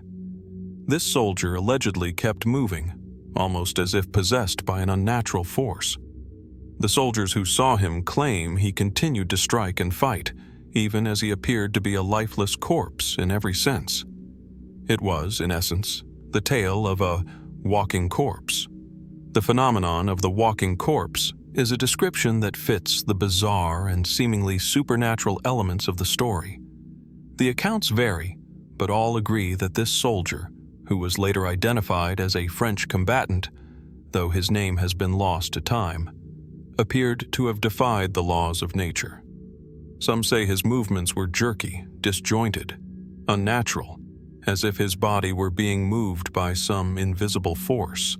or as though he were an automaton, no longer truly alive, but not fully dead either. The first account: a soldier or a phantom. The most detailed account of the event comes from a contemporary chronicler, Jean Froissart, a Flemish historian whose writings have shaped much of what we know about the 100 Years' War. Froissart's description paints a disturbing picture of the soldier as he fought his way through the battlefield, even as his injuries should have rendered him incapable of movement. It is said that the man was seen by both French and English soldiers, which adds an element of intrigue to the story. His bizarre behavior was not limited to a few witnesses or those who might have been swept up in the heat of battle. It was observed by many, both from the opposing side and from his own. Some soldiers claim to have seen the soldier raise his sword and strike down another man, only for his limbs to stiffen and drop at his side after the blow, like the limbs of a puppet.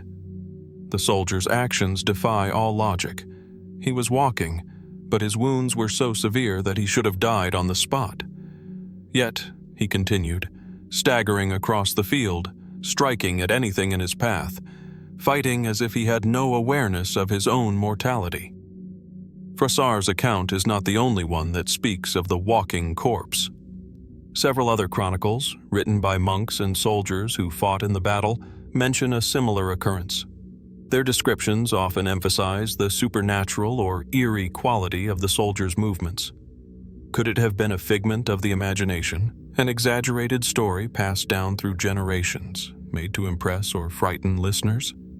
Or is there something more to this strange tale than simple embellishment? Many historians believe that the story of the walking corpse may be an exaggerated account of a more common phenomenon, the will to fight beyond the point of exhaustion. After all, warfare during this time was brutal, and soldiers often fought under dire conditions, pushed to their limits both physically and mentally.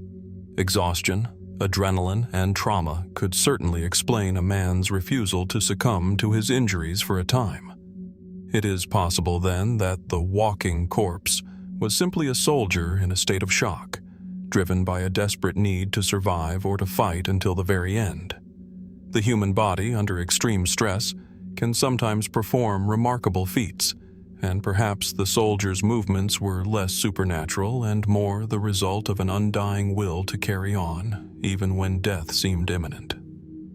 Could the mind have overridden the body in such a way that it continued to function, albeit in a disjointed, mechanical manner? Others, however, suggest that the walking corpse may have been a product of the soldier's battle with death itself. Some cultures believe in the concept of a soul that refuses to leave the body even after death, continuing to act in the physical world in a strange and detached way. Could the soldier's story be rooted in local folklore or ancient beliefs about the dead returning to the world of the living? In a time of superstition and religious fervor, it is conceivable that the strange movements of a dying soldier could have been interpreted as something far more sinister. Another theory posits that the soldier's actions could be attributed to the strange psychological effects of the trauma and confusion of battle. In the chaos of war, soldiers often suffered from what would later be diagnosed as post-traumatic stress disorder, PTSD, though the concept was unknown at the time. It's possible that this soldier, in the midst of the violence and horror, experienced a dissociative state, causing him to act in a manner that appeared otherworldly to those around him. Some even speculate that the phenomenon could be linked to the bizarre medical condition known as Cotard's syndrome, a rare disorder in which sufferers believe they are dead or that their bodies no longer exist. While this condition was not known during the medieval period, it is an interesting concept to consider in the context of the walking corpse. Was this man so detached from his physical state that he did not realize he was already dying? Unresolved mystery, a glimpse into the unknown. Despite the various theories, the truth behind the walking corpse remains as elusive as the man himself. No definitive explanation has ever been found, and the legend has endured for centuries, passing from generation to generation like a haunting whisper on the wind. The story of the walking corpse of Poitiers invites us to wonder, what can we truly know about the past when the lines between reality and the supernatural blur so completely? Perhaps in the end, it is not the details of the soldier's death that we must seek to understand, but rather the way in which a moment of extreme violence and despair has been forever immortalized in myth. The battle at Poitiers, a pivotal moment in the 100 Years' War, gave rise to many stories of heroism, tragedy, and loss. But it is the tale of the walking corpse, this eerie, inexplicable figure, that stands as a testament to the deep, often unfathomable mysteries of human existence. As the battlefield of Poitiers fades into history, the story of the walking corpse continues to haunt us, raising more questions than it answers. Could the truth of his fate have been something far stranger than we can ever understand? Or is this just another case of myth and legend rising from the ashes of a violent past? The answers may never come, but the mystery lingers, unsolved, unsettling, and eternal. As we continue our journey through history's most perplexing and chilling enigmas, we now turn our attention to a figure whose sudden and inexplicable disappearance has haunted military historians for centuries. General Lord Logan, a prominent British officer, vanished without a trace in the summer of 1812 during the height of the Napoleonic Wars, and to this day, no one knows exactly what happened to him. His story, filled with intrigue, betrayal, and uncertainty, offers us a glimpse into the darker corners of history, where the line between fact and mystery becomes increasingly blurred. The year is 1812, and Europe is a continent on the brink of change. Napoleon Bonaparte, a figure whose very name commands both awe and fear, is sweeping across the continent, consolidating power and reshaping the political landscape. The British Empire, stretched thin across the globe and entangled in its own wars, faces the prospect of a long, grueling conflict against the French Emperor. Amidst this chaos, military leaders rise and fall, their fates often sealed in the crucible of war. General Lord Logan was one of these leaders, a man of exceptional skill and tactical brilliance, whose name was respected not only in Britain but across Europe. His contributions to the British military were many, particularly in the campaigns against Napoleon's forces in Spain. His reputation as a strategist and leader of men was unparalleled, and he earned the trust of both his superiors and his soldiers. But as the war raged on, Lord Logan would find himself at the center of one of the most enduring mysteries in British military history. In June of 1812, General Lord Logan was stationed at the British headquarters in Lisbon, Portugal, overseeing operations in the Iberian Peninsula. The British had been fighting a difficult and often dangerous campaign in the region, with Napoleon's forces threatening to overpower them at every turn. But Logan, ever the strategist, had devised a series of military maneuvers that he believed could turn the tide in favor of the British. On the night of June 15th, Logan was preparing for a crucial meeting with his fellow commanders. He had been under considerable stress for weeks, dealing with both the logistical challenges of the campaign and the political pressure from London to achieve results. His officers described him as tense but focused, determined to press forward despite the growing odds against him. After dinner that evening, he retired to his quarters, and that was the last time anyone saw him. The next morning, when Logan failed to appear for a scheduled briefing, concern began to mount. His staff searched the headquarters, but there was no sign of the general. His quarters were undisturbed, with no indication that anything unusual had occurred. His uniform, his maps, and his personal effects were all in their rightful places. But Lord Logan was nowhere to be found.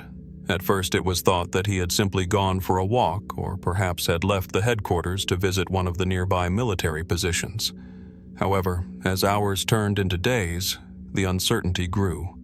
His disappearance was not only mysterious, it was inexplicable. no one had heard any unusual noises or seen anyone enter or leave his quarters. The guards reported no disturbances. It was as though he had vanished into thin air. The British military launched an immediate search, combing the surrounding areas for any sign of Lord Logan. Soldiers scoured the streets of Lisbon, searched the nearby hills, and even investigated the surrounding countryside. But no trace of him could be found. Some believed that he had been kidnapped by French spies or agents seeking to eliminate a key figure in the British campaign. Others whispered that he had been assassinated by a disgruntled officer or rival, but there were no bodies, no bloodstains, and no clues that might support these theories. The general had simply disappeared. As the days stretched into weeks, the story of Logan's disappearance began to attract the attention of higher officials. In London, the British government became increasingly concerned, but despite their best efforts, there was no breakthrough. Lord Logan's disappearance became a subject of intrigue and speculation in military circles, and it wasn't long before the event began to take on a mythic quality. The idea of a respected general vanishing without a trace seemed almost too strange to be true, but it was true, and that reality left many questions unanswered. The lack of any physical evidence surrounding Logan's disappearance has led to countless theories over the years, each more speculative than the last. Some of the most widely discussed include the idea that Lord Logan was captured by French spies or agents, remains one of the most commonly suggested explanations. The French, desperate to gain an advantage in the Iberian campaign, may have sought to remove a key leader from the British ranks. But if this were the case, why was no ransom demanded? Why was there no communication from the captors? And why did no one ever claim responsibility for the act? The theory remains intriguing, but remains unsubstantiated by any solid evidence. Another theory posits that Logan's disappearance was the result of a political assassination within the British ranks. Some of his colleagues in the British Army were known to have clashed with him over strategy and military tactics. Could Logan have been eliminated by one of his own officers? Someone who disagreed with his approach? However, there were no signs of violence, no wounds, and no indication of a struggle. It is hard to reconcile this theory with the fact that Lord Logan's quarters were left undisturbed. Some have suggested that Logan's disappearance might have been the result of a mental breakdown. The pressures of war, combined with the personal strain of leadership, could have led to a psychological collapse. In this theory, Logan may have wandered off into the wilderness, disoriented and confused, unable to make contact with his men. However, the general's background and history suggest that he was a highly disciplined man, one who had shown great resilience throughout his military career. It seems unlikely that such a breakdown could have occurred so suddenly, without any prior signs of distress. Of course, no great mystery is complete without a supernatural angle. Some have speculated that Logan's disappearance could be explained by forces beyond the natural realm. Were there any local legends or supernatural beliefs that might have contributed to his vanishing? Was there something about the place, the landscape of Portugal, the energy of the battlefield, that could have caused him to simply vanish from reality? This explanation, while rooted in myth, remains one of the more fantastical theories surrounding Logan's disappearance. A final theory posits that Lord Logan might have staged his own disappearance. Perhaps burdened by the weight of his responsibilities and the pressure of the war, Logan decided to slip away and live the rest of his life in secrecy. If this were true, it would be an extraordinary move, but it could explain why no evidence of his death or abduction was found. This theory suggests that Logan, disillusioned by the horrors of war, chose to vanish from the public eye and live out his days in solitude. Despite the various theories, none of them provide a definitive answer to the question, what happened to General Lord Logan?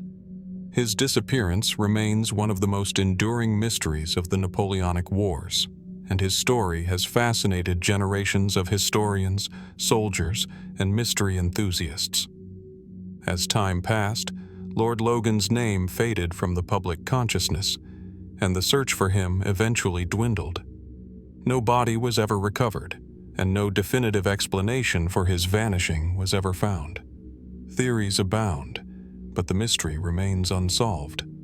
Was he a victim of political intrigue, an unfortunate casualty of a war torn by treachery and deception? Or did he somehow slip through the cracks of history, his fate forever obscured by the shadows of time? Perhaps, like so many other historical mysteries, the truth lies just beyond our reach, hidden in the folds of history, waiting for a time when it might finally be uncovered. Until then, the disappearance of General Lord Logan remains one of history's most perplexing and chilling enigmas. Hidden deep within the heart of China's Shanxi province, far from the bustling cities and crowded tourist destinations, lies an extraordinary collection of pyramidal structures, some of which remain largely unexplored, tucked away beneath the vast, undulating plains. These pyramids, unlike those that have made Egypt famous, have often remained in the shadows of history, their existence only vaguely acknowledged in academic circles. But the more one looks, the more compelling these ancient structures become. Are they simply the result of natural geological formations? Or is there something more, something far more deliberate and mysterious behind their creation? The most prominent of these pyramids is located near the city of Xi'an, within an area known as the Chinese Pyramids. A solitary mound rises out of the earth, its symmetrical shape almost too perfect to be of natural origin. This pyramid, though not as well known or as spectacular as its Egyptian cousins, stands as an imposing figure amidst the rolling hills. Overgrown with vegetation and surrounded by rural farmland, it quietly watches over the land, its sides eroded by centuries of wind and rain. At nearly 250 feet tall, it dwarfs many of the structures associated with ancient Chinese dynasties, and its isolation only adds to its mystique. Despite its significant size, this pyramid has been largely overlooked by mainstream history. The Chinese government has historically remained tight-lipped about these structures, adding to the intrigue. Most scholars who have studied the area suggest that these pyramids are likely burial sites from the Western Han Dynasty, which would place their construction around 2,000 years ago. However, there is a curious gap in the historical record when it comes to explaining why such massive and elaborate tombs were built in the first place, and who precisely they were meant to honor. The size and complexity of the Chinese pyramids, some of which are surrounded by an array of smaller mounds, suggest that the builders were far more advanced than initially assumed. Yet the lack of direct historical documentation has left many questions unanswered. Could these structures represent the burial grounds of imperial families or high-ranking officials? Or do they point to an even more ancient civilization, one that existed long before the Han Dynasty, whose monumental legacy was buried and forgotten by time? Complicating matters is the fact that many of these pyramids have been sealed off from public access, hidden behind layers of bureaucratic red tape. There is little concrete information about the interiors of these tombs, and much of what we do know comes from satellite imagery, unofficial reports, and the testimony of local villagers.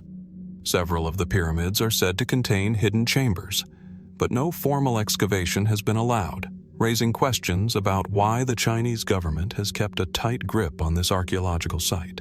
To the untrained eye, the pyramids may appear to be simple burial mounds, but a closer examination reveals something far more intriguing.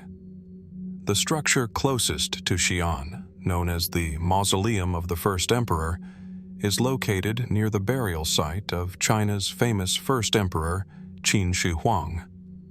This proximity has led some researchers to speculate that the pyramids could be connected to the same ancient tradition of building elaborate burial structures for the most powerful rulers in the country's history. But the pyramids near Xi'an do not appear to follow the same building conventions found in the tomb of Qin Shi Huang, which is famous for the terracotta army. Instead, the Chinese pyramids seem to follow an entirely different design, a more organic, flowing shape that raises more questions than answers. One of the most significant and mysterious aspects of these pyramids is their construction materials. While the pyramids in Egypt were constructed from stone blocks, the Chinese pyramids appear to have been built using a mixture of earth, clay, and other natural materials. This raises the possibility that the builders of these structures had access to construction techniques that have been lost over time, or that these pyramids were intended to blend harmoniously with the surrounding landscape. But why build such imposing structures with materials that would not have lasted as long as stone? Was there a specific reason for this choice, or was it simply a matter of practicality? Another curious aspect of the Chinese pyramids is their alignment. Like the pyramids of Egypt, some of these structures are positioned in a way that appears to have astronomical significance. Satellite imagery and ground surveys suggest that many of the pyramids align with the cardinal directions, as well as celestial bodies such as the sun and the moon. This alignment points to a level of sophistication in the understanding of astronomy, suggesting that the ancient people who built these pyramids had a much more advanced knowledge of the cosmos than we might expect. But why would this knowledge have been kept secret? Was there something about these pyramids that was meant to be hidden from future generations? The most intriguing theory surrounding these pyramids is the suggestion that they may predate the Han Dynasty entirely. Some have proposed that these structures were built by an earlier, unknown civilization, one that was capable of creating monumental works of architecture far beyond the capabilities of the people who followed them. In this theory, the pyramids are seen as the remnants of a forgotten empire that once ruled over China but vanished from history without a trace.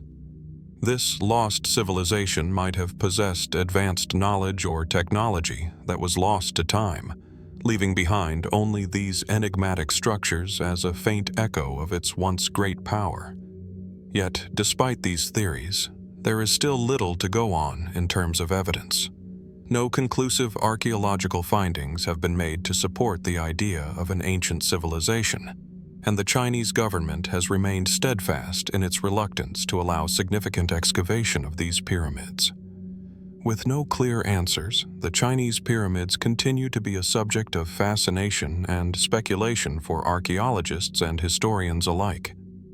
What is most striking about these pyramids is the silence that surrounds them. Unlike the Egyptian pyramids, which have been the focus of countless studies, books, and documentaries, the Chinese pyramids have remained largely out of the public eye. Why is this? Is it simply that the Chinese pyramids lack the fame and grandeur of their Egyptian counterparts? Or is there something more at play here? Something that has kept these ancient structures hidden, waiting to be uncovered? As we gaze at these silent pyramids, shrouded in mystery, we are reminded that history is often full of forgotten wonders, waiting to be rediscovered. The Chinese pyramids, with their peculiar design, enigmatic origins, and long-held secrets, challenge our understanding of ancient China and its role in the broader history of civilization. Their true purpose, and the identities of those who built them, remain lost in the sands of time, waiting for the right moment to emerge once again. And as the winds continue to sweep over these ancient mounds, one question lingers in the air. What are the Chinese pyramids hiding, and what stories have they yet to tell? Beneath the tranquil surface of the Red Sea, where the waters shimmer in an eternal dance of light and shadow, a mystery lies hidden, one that has confounded explorers and archaeologists for decades. Far from the bustling harbors of modern Egypt and Saudi Arabia, an underwater landscape stretches across the seafloor, home to ancient structures and strange cryptic symbols whose origins remain an enigma.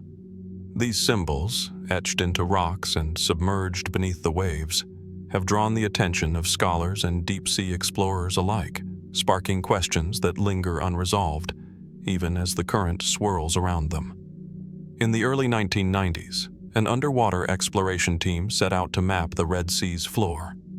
They were not searching for treasure or relics, but rather the natural wonders that lay beneath the surface: coral reefs, marine life, and the remains of long-forgotten shipwrecks. What they found, however, was far more perplexing than any lost cargo. At a depth of around 100 feet, near the Strait of Gubal, they discovered a series of stone structures, perfectly shaped and arranged in a manner that suggested human craftsmanship. Large blocks of stone, some of which were engraved with curious symbols, lay scattered across the ocean floor, submerged beneath centuries of water and silt. The symbols themselves were of particular interest. Unlike anything typically seen in the region, they resembled ancient Egyptian hieroglyphs, yet their meaning was far from clear. Were these markings a form of communication, a sacred script, or perhaps a record of an ancient civilization that once thrived in the region? Some experts suggest they may have been part of a long-lost port city, while others speculate that they could be the remnants of an entirely unknown culture, one that existed long before the rise of Egypt and its mighty pharaohs. The idea of a sunken civilization is not a new one. The concept of lost cities, hidden beneath the sea, has captivated the imagination for centuries. Plato's accounts of Atlantis have inspired endless theories, each suggesting the existence of a forgotten world, drowned beneath the waves. But the Red Sea offers no such mythical tales. Instead, it offers only fragments, pieces of a puzzle that remain unsolved. It's not only the symbols that make these underwater structures so compelling. It's the sheer scale and complexity of the find. Some of the stones are not only inscribed with markings, but also shaped in a manner that suggests an advanced knowledge of engineering. Large slabs, seemingly out of place in the natural underwater landscape, align in perfect rows, as though they were once part of a grand structure, perhaps a temple, a fortress, or a ceremonial site. And yet, no historical record mentions such a structure existing in the Red Sea region. To date, no clear explanation has been offered as to what these markings or structures represent. Many believe the site could be the remains of a trading hub, a strategic location in the ancient world where cultures from Egypt, Nubia, Arabia, and beyond came together to exchange goods and ideas.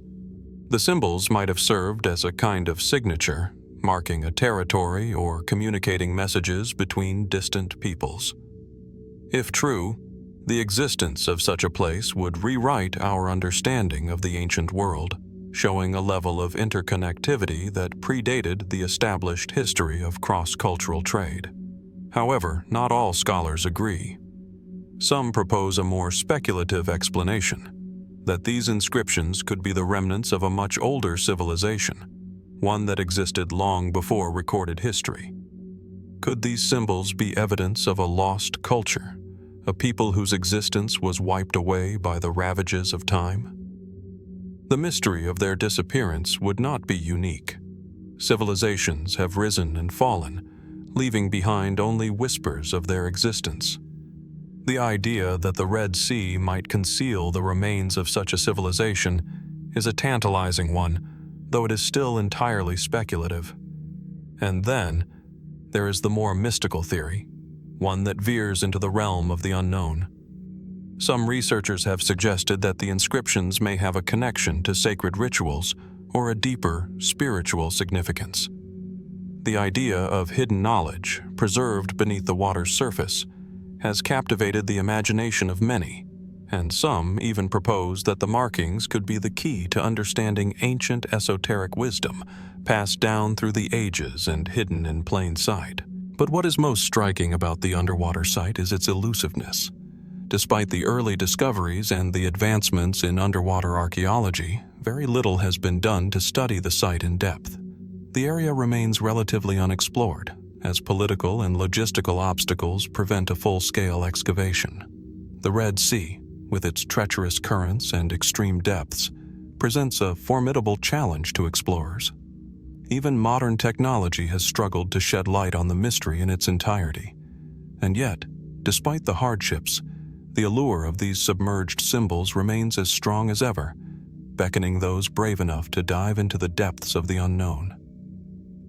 One question lingers. Why is this site still shrouded in mystery? Could it be that the world is simply not ready to confront what lies beneath? Or is it that the secret of the symbols is not one we are meant to understand, at least not yet? Every year new discoveries are made, and every year the question grows louder. What if there is something far more significant hidden beneath the waves? As we look toward the Red Sea, its surface calm and serene, we are reminded that the ocean is a keeper of secrets. Its waters have swallowed entire cities, countless ships, and the lives of those who once lived in the lands now lost to the depths. And still, the Red Sea holds its mysteries close. Perhaps it is only a matter of time before the answers emerge. Answers that could reshape history itself. Or perhaps the symbols beneath the waves will remain there, silent and enigmatic, forever waiting to be uncovered. As the current whispers through the stone ruins, one thing is certain. The story of the lost symbols beneath the Red Sea is far from over. And until it is fully understood, the mystery will continue to haunt the imagination of those who seek the truth. Deep beneath the tranquil waters of Mexico's Lake Xochimilco, a haunting mystery slumbers, one that continues to elude the grasp of historians and archaeologists alike. It is the story of a sunken city, an entire metropolis, once vibrant and teeming with life, now swallowed by the depths of a body of water that covers it like a shroud. To the untrained eye, the lake may appear to be a peaceful waterway, with its lily pads drifting serenely across the surface. But below, the lake conceals a hidden secret, the submerged ruins of a great civilization that existed long before the Spanish conquest. The Aztecs, known for their impressive cities and complex societal structures, once thrived in what is now modern-day Mexico City. But among the ruins of Tenochtitlan, their most famous and influential city, another lesser-known site remains hidden beneath the surface of Lake Xochimilco. Historians believe it to be the remnants of an ancient Aztec city that vanished mysteriously, some say through human intervention, others claim through a natural disaster. Its disappearance is a riddle that has intrigued scholars for centuries. According to Aztec legend, the city, known as Atlacatl, was once a flourishing center of commerce, art, and culture. The people of the city were said to have been highly skilled in both agriculture and trade, cultivating the surrounding land with advanced techniques that allowed them to live in harmony with their environment. But for reasons unknown, the city's fate took a dark turn. Accounts from early Spanish explorers suggest that Atlacatl's demise was tied to a catastrophic event, an event that was either engineered by the Aztecs themselves or triggered by the natural forces of the land. There are a number of theories as to how the city came to be swallowed by the waters. Some believe that a massive flood, caused by a sudden shift in the course of the nearby rivers, inundated the city, leading to its eventual submersion. Others point to the possibility that the city was deliberately flooded by the Aztecs as a form of ritual sacrifice, an offering to the gods in a final attempt to appease them after a series of devastating droughts and crop failures. The Aztecs were known for their complex religious practices, many of which involved sacrifices and offerings to their pantheon of gods. Could this have been a deliberate act, a form of ceremonial destruction to mark the end of an era? Another theory suggests that the city may have been destroyed as a result of political conflict. During the height of the Aztec Empire, there were frequent power struggles among the various city-states, and Atlacatl may have been the victim of a violent uprising or conquest. The ruins of the city, which have yet to be fully uncovered, show signs of destruction that suggest a sudden and violent collapse, a possible indication that the city met its end in a catastrophic event that left no survivors. Yet, perhaps the most intriguing aspect of this story is the fact that no physical evidence of Atlacatl has ever been conclusively found. There are reports of ruins and submerged structures beneath the lake, but the murky waters and the shifting landscape of Lake Xochimilco make it nearly impossible to conduct a full-scale excavation. Local divers have claimed to have seen the outlines of ancient stone buildings and even pottery fragments while swimming in the lake, but these claims have never been substantiated by scientific investigation. What we do know is that the lake itself has been a vital part of Aztec civilization, providing the people with both water and resources for trade. The Aztecs built a network of canals and causeways that connected the city of Tenochtitlan to the surrounding area, with Lake Xochimilco playing a key role in the city's growth. It's possible that the city submerged in the lake was an important outpost or agricultural hub that supported the larger urban center. If this is the case, it would suggest that the Aztecs were not only skilled builders, but also master engineers, capable of constructing advanced systems for managing water and transportation long before the advent of modern technology. The submerged ruins of Atlacatl remain an elusive mystery, one that continues to captivate the imagination of archaeologists and historians. Some have speculated that the city could be located in the deeper parts of the lake where silt and mud have gradually buried it over time. However, the lake's unique ecosystem, rich in organic material and teeming with life, makes it difficult to distinguish ancient artifacts from natural debris. As a result, the search for Atlacatl has become more of a quest for the unknown, with no clear answers on the horizon. And then, there's the question of the lake itself. Lake Xochimilco, which stretches across a vast area of Mexico City, is home to a series of ancient canals and artificial islands known as chinampas. These floating gardens were once used by the Aztecs for farming, allowing them to cultivate crops in the middle of the lake. But beneath these islands, and beneath the calm surface of the water, lie centuries of history, layers of sediment, bones, and broken pottery, each telling a story of a civilization long gone. The lake has been both a cradle of life and a final resting place for those who lived along its shores. Could the ruins of Atlacatl lie hidden beneath these layers of history, waiting to be uncovered? Could the city's destruction have been so complete that it left no trace? Or are the secrets of its fate still lying beneath the surface, just out of reach? As divers continue to explore the depths of Lake Xochimilco, and as technology improves, it is possible that one day we will uncover the full extent of the submerged city. But until then, the question remains: what really happened to the sunken city of the Aztecs? Was it nature, conflict, or a ritual sacrifice that brought it to its watery grave? And what, if anything, does it have to tell us about the lost world of the Aztecs? As the waters ripple over the ancient ruins, the mystery continues to stir the imagination. What lies at the bottom of Lake Xochimilco? The answers, hidden in the deep, may yet come to light, but only time will tell. Nestled high in the Andean mountains, the ancient citadel of Machu Picchu stands as one of the most extraordinary achievements of the Inca civilization. Its towering stone structures and terraces, carved into the rugged mountain peaks, have captivated explorers, historians, and archaeologists for centuries. However, beneath its beauty and grandeur lies a deeper, more enigmatic aspect of this ancient city, one that points not only to the Incas' architectural prowess, but to their profound understanding of the cosmos. This is the story of Machu Picchu's astronomical alignments, a feature that has both intrigued and puzzled scholars for years. As you stand at the foot of Machu Picchu, the city's imposing presence can feel almost otherworldly. The jagged peaks rise sharply around you, their silhouettes bathed in a soft golden glow at sunrise and sunset. This is no accident. The Incas, known for their reverence of nature and the heavens, designed Machu Picchu to be in harmony with the cycles of the sun, the moon, and the stars.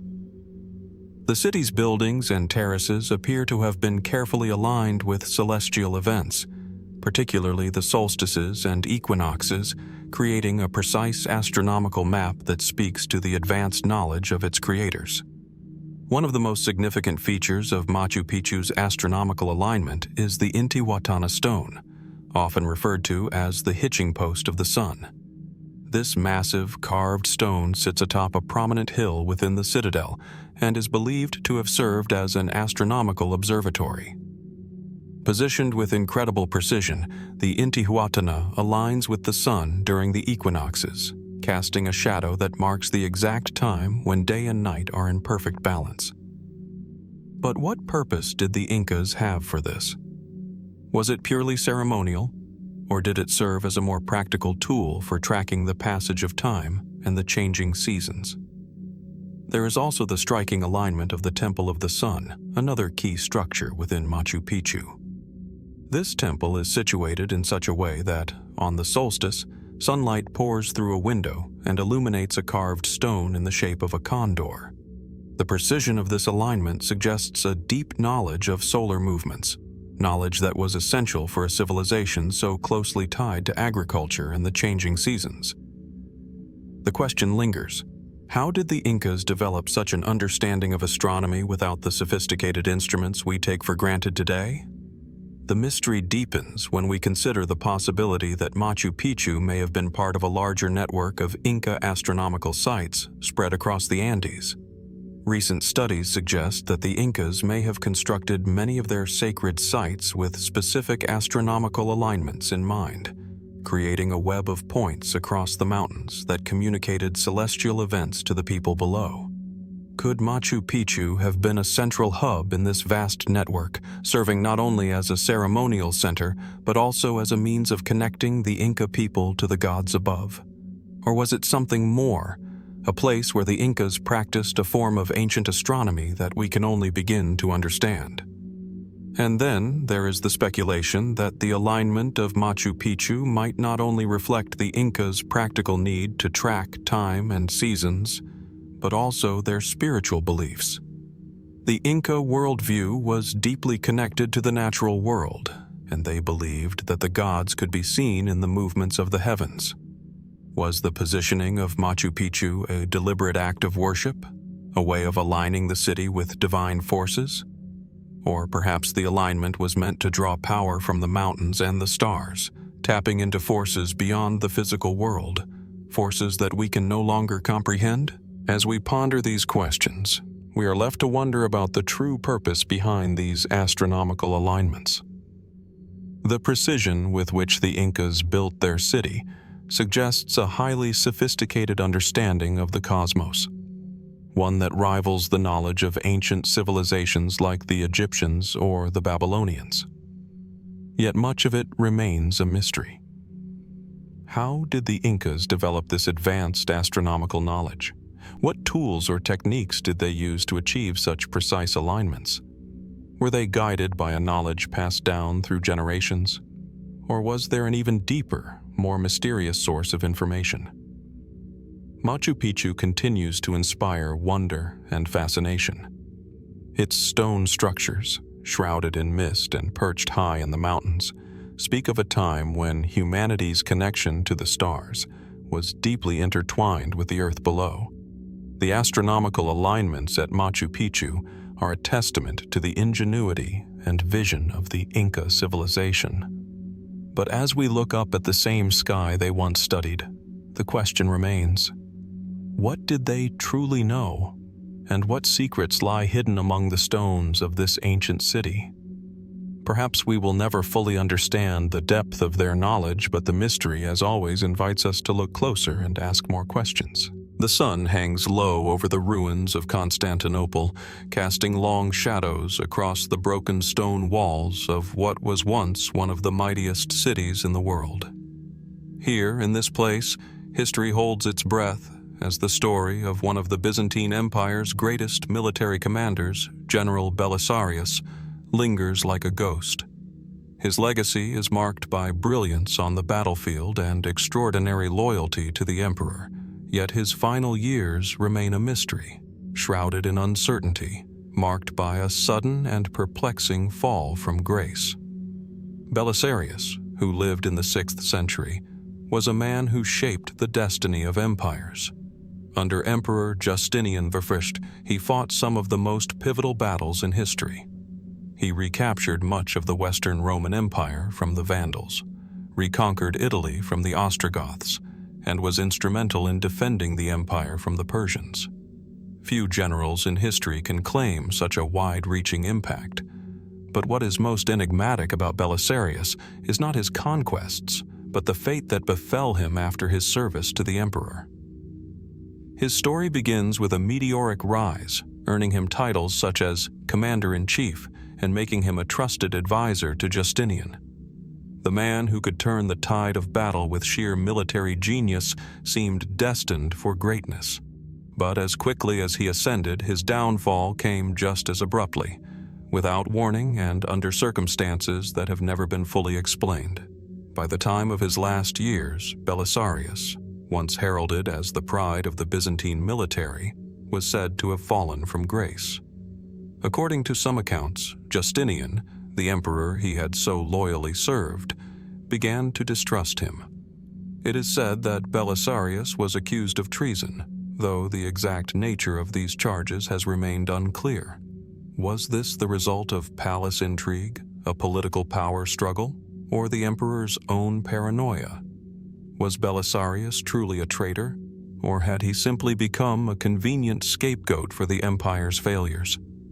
Accounts vary, but what is known is that Belisarius was stripped of his command, and, in some versions of the story, was even blinded and cast into poverty.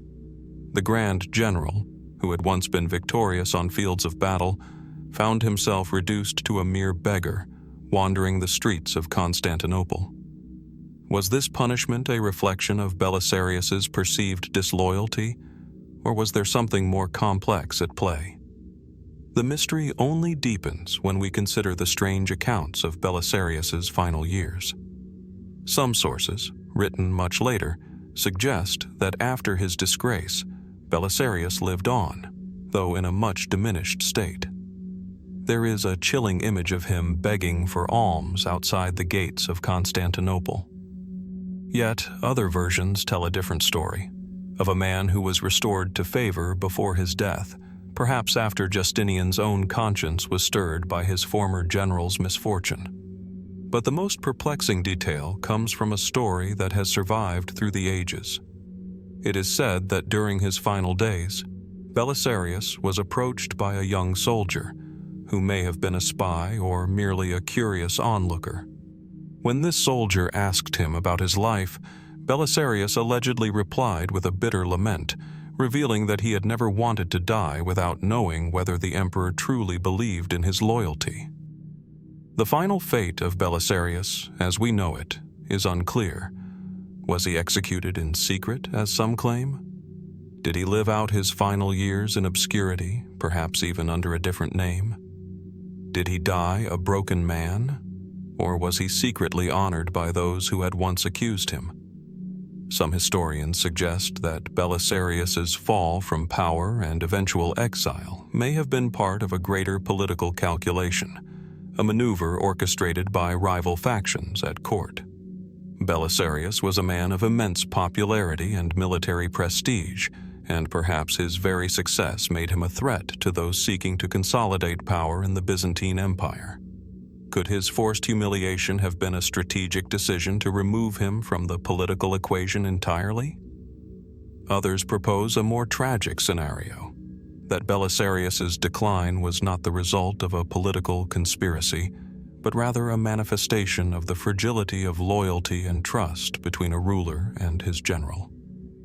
As the Byzantine Empire faced more challenges, both from external enemies and internal factions, did Justinian's paranoia overshadow his judgment?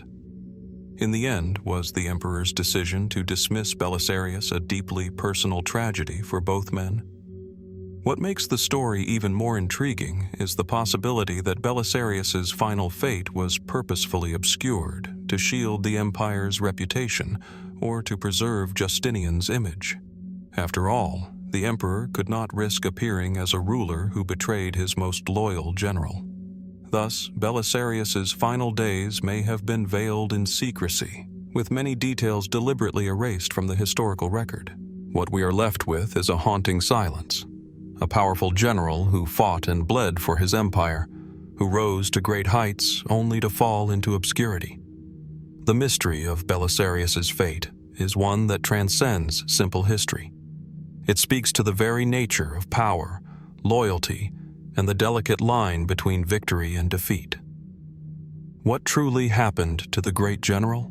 Did he suffer a tragic fall from grace, or is there more to his story, hidden in the shadowed corners of history, waiting to be revealed? The year is 392 AD, and the Roman Empire, once an unparalleled force stretching from the British Isles to the sands of the Middle East, is on the cusp of unraveling. In the heart of the empire, the eastern and western halves are divided, each ruled by its own emperor.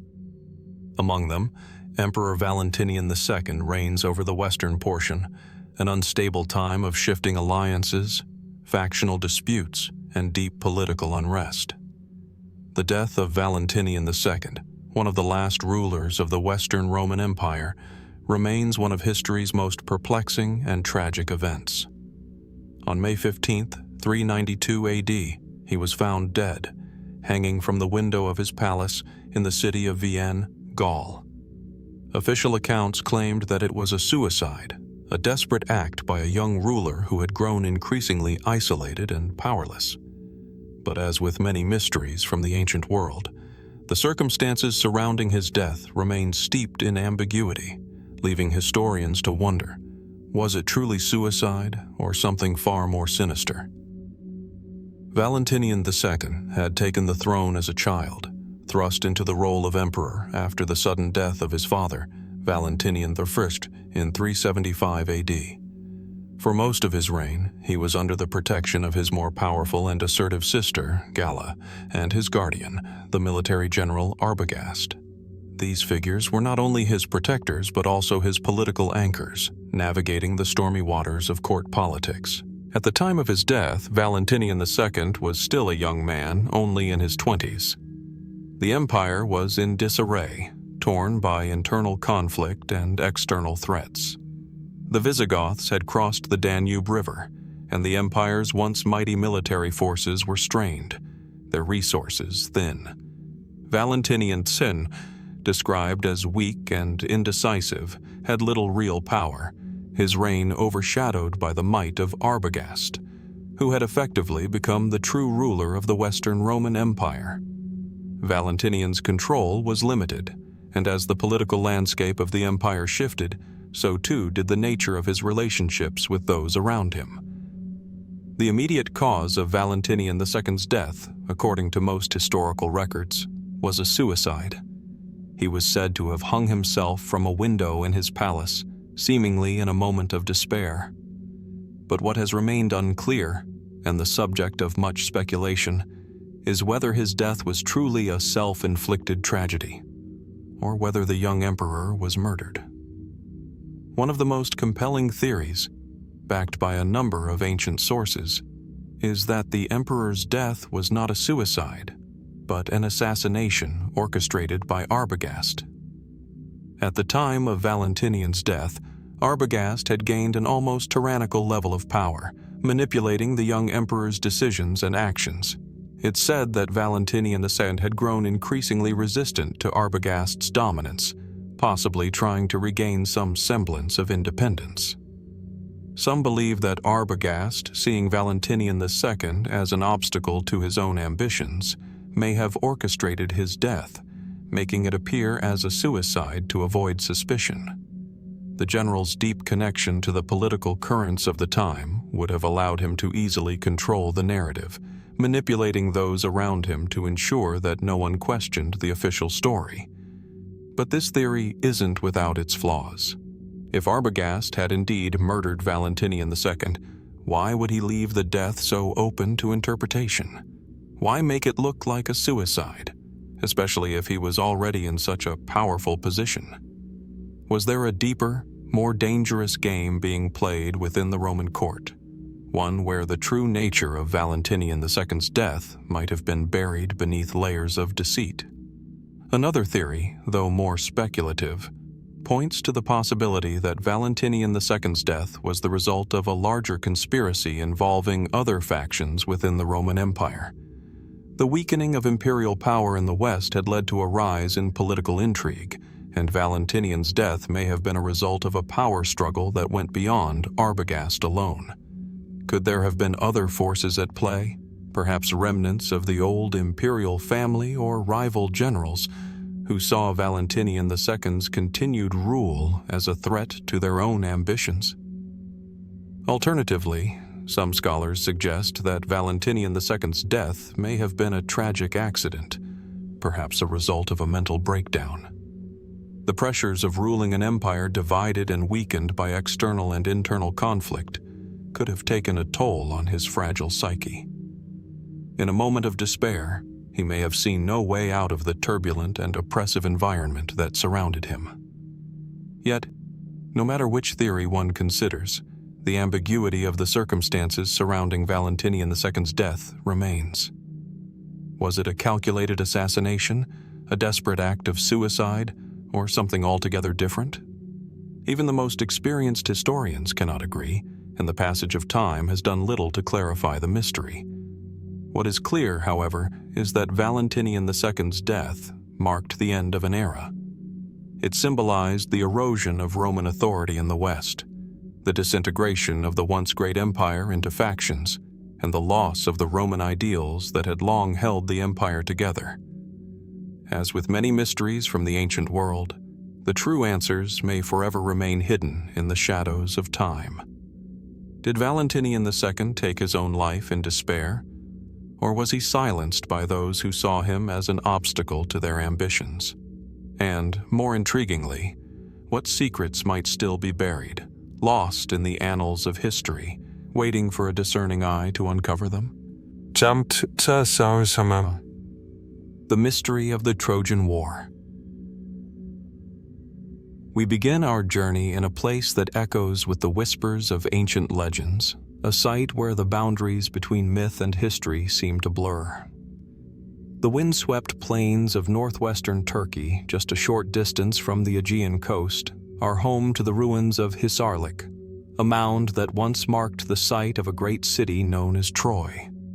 Today, the sprawling remains of Troy lie in a quiet and dusty landscape, a far cry from the vibrant metropolis of antiquity.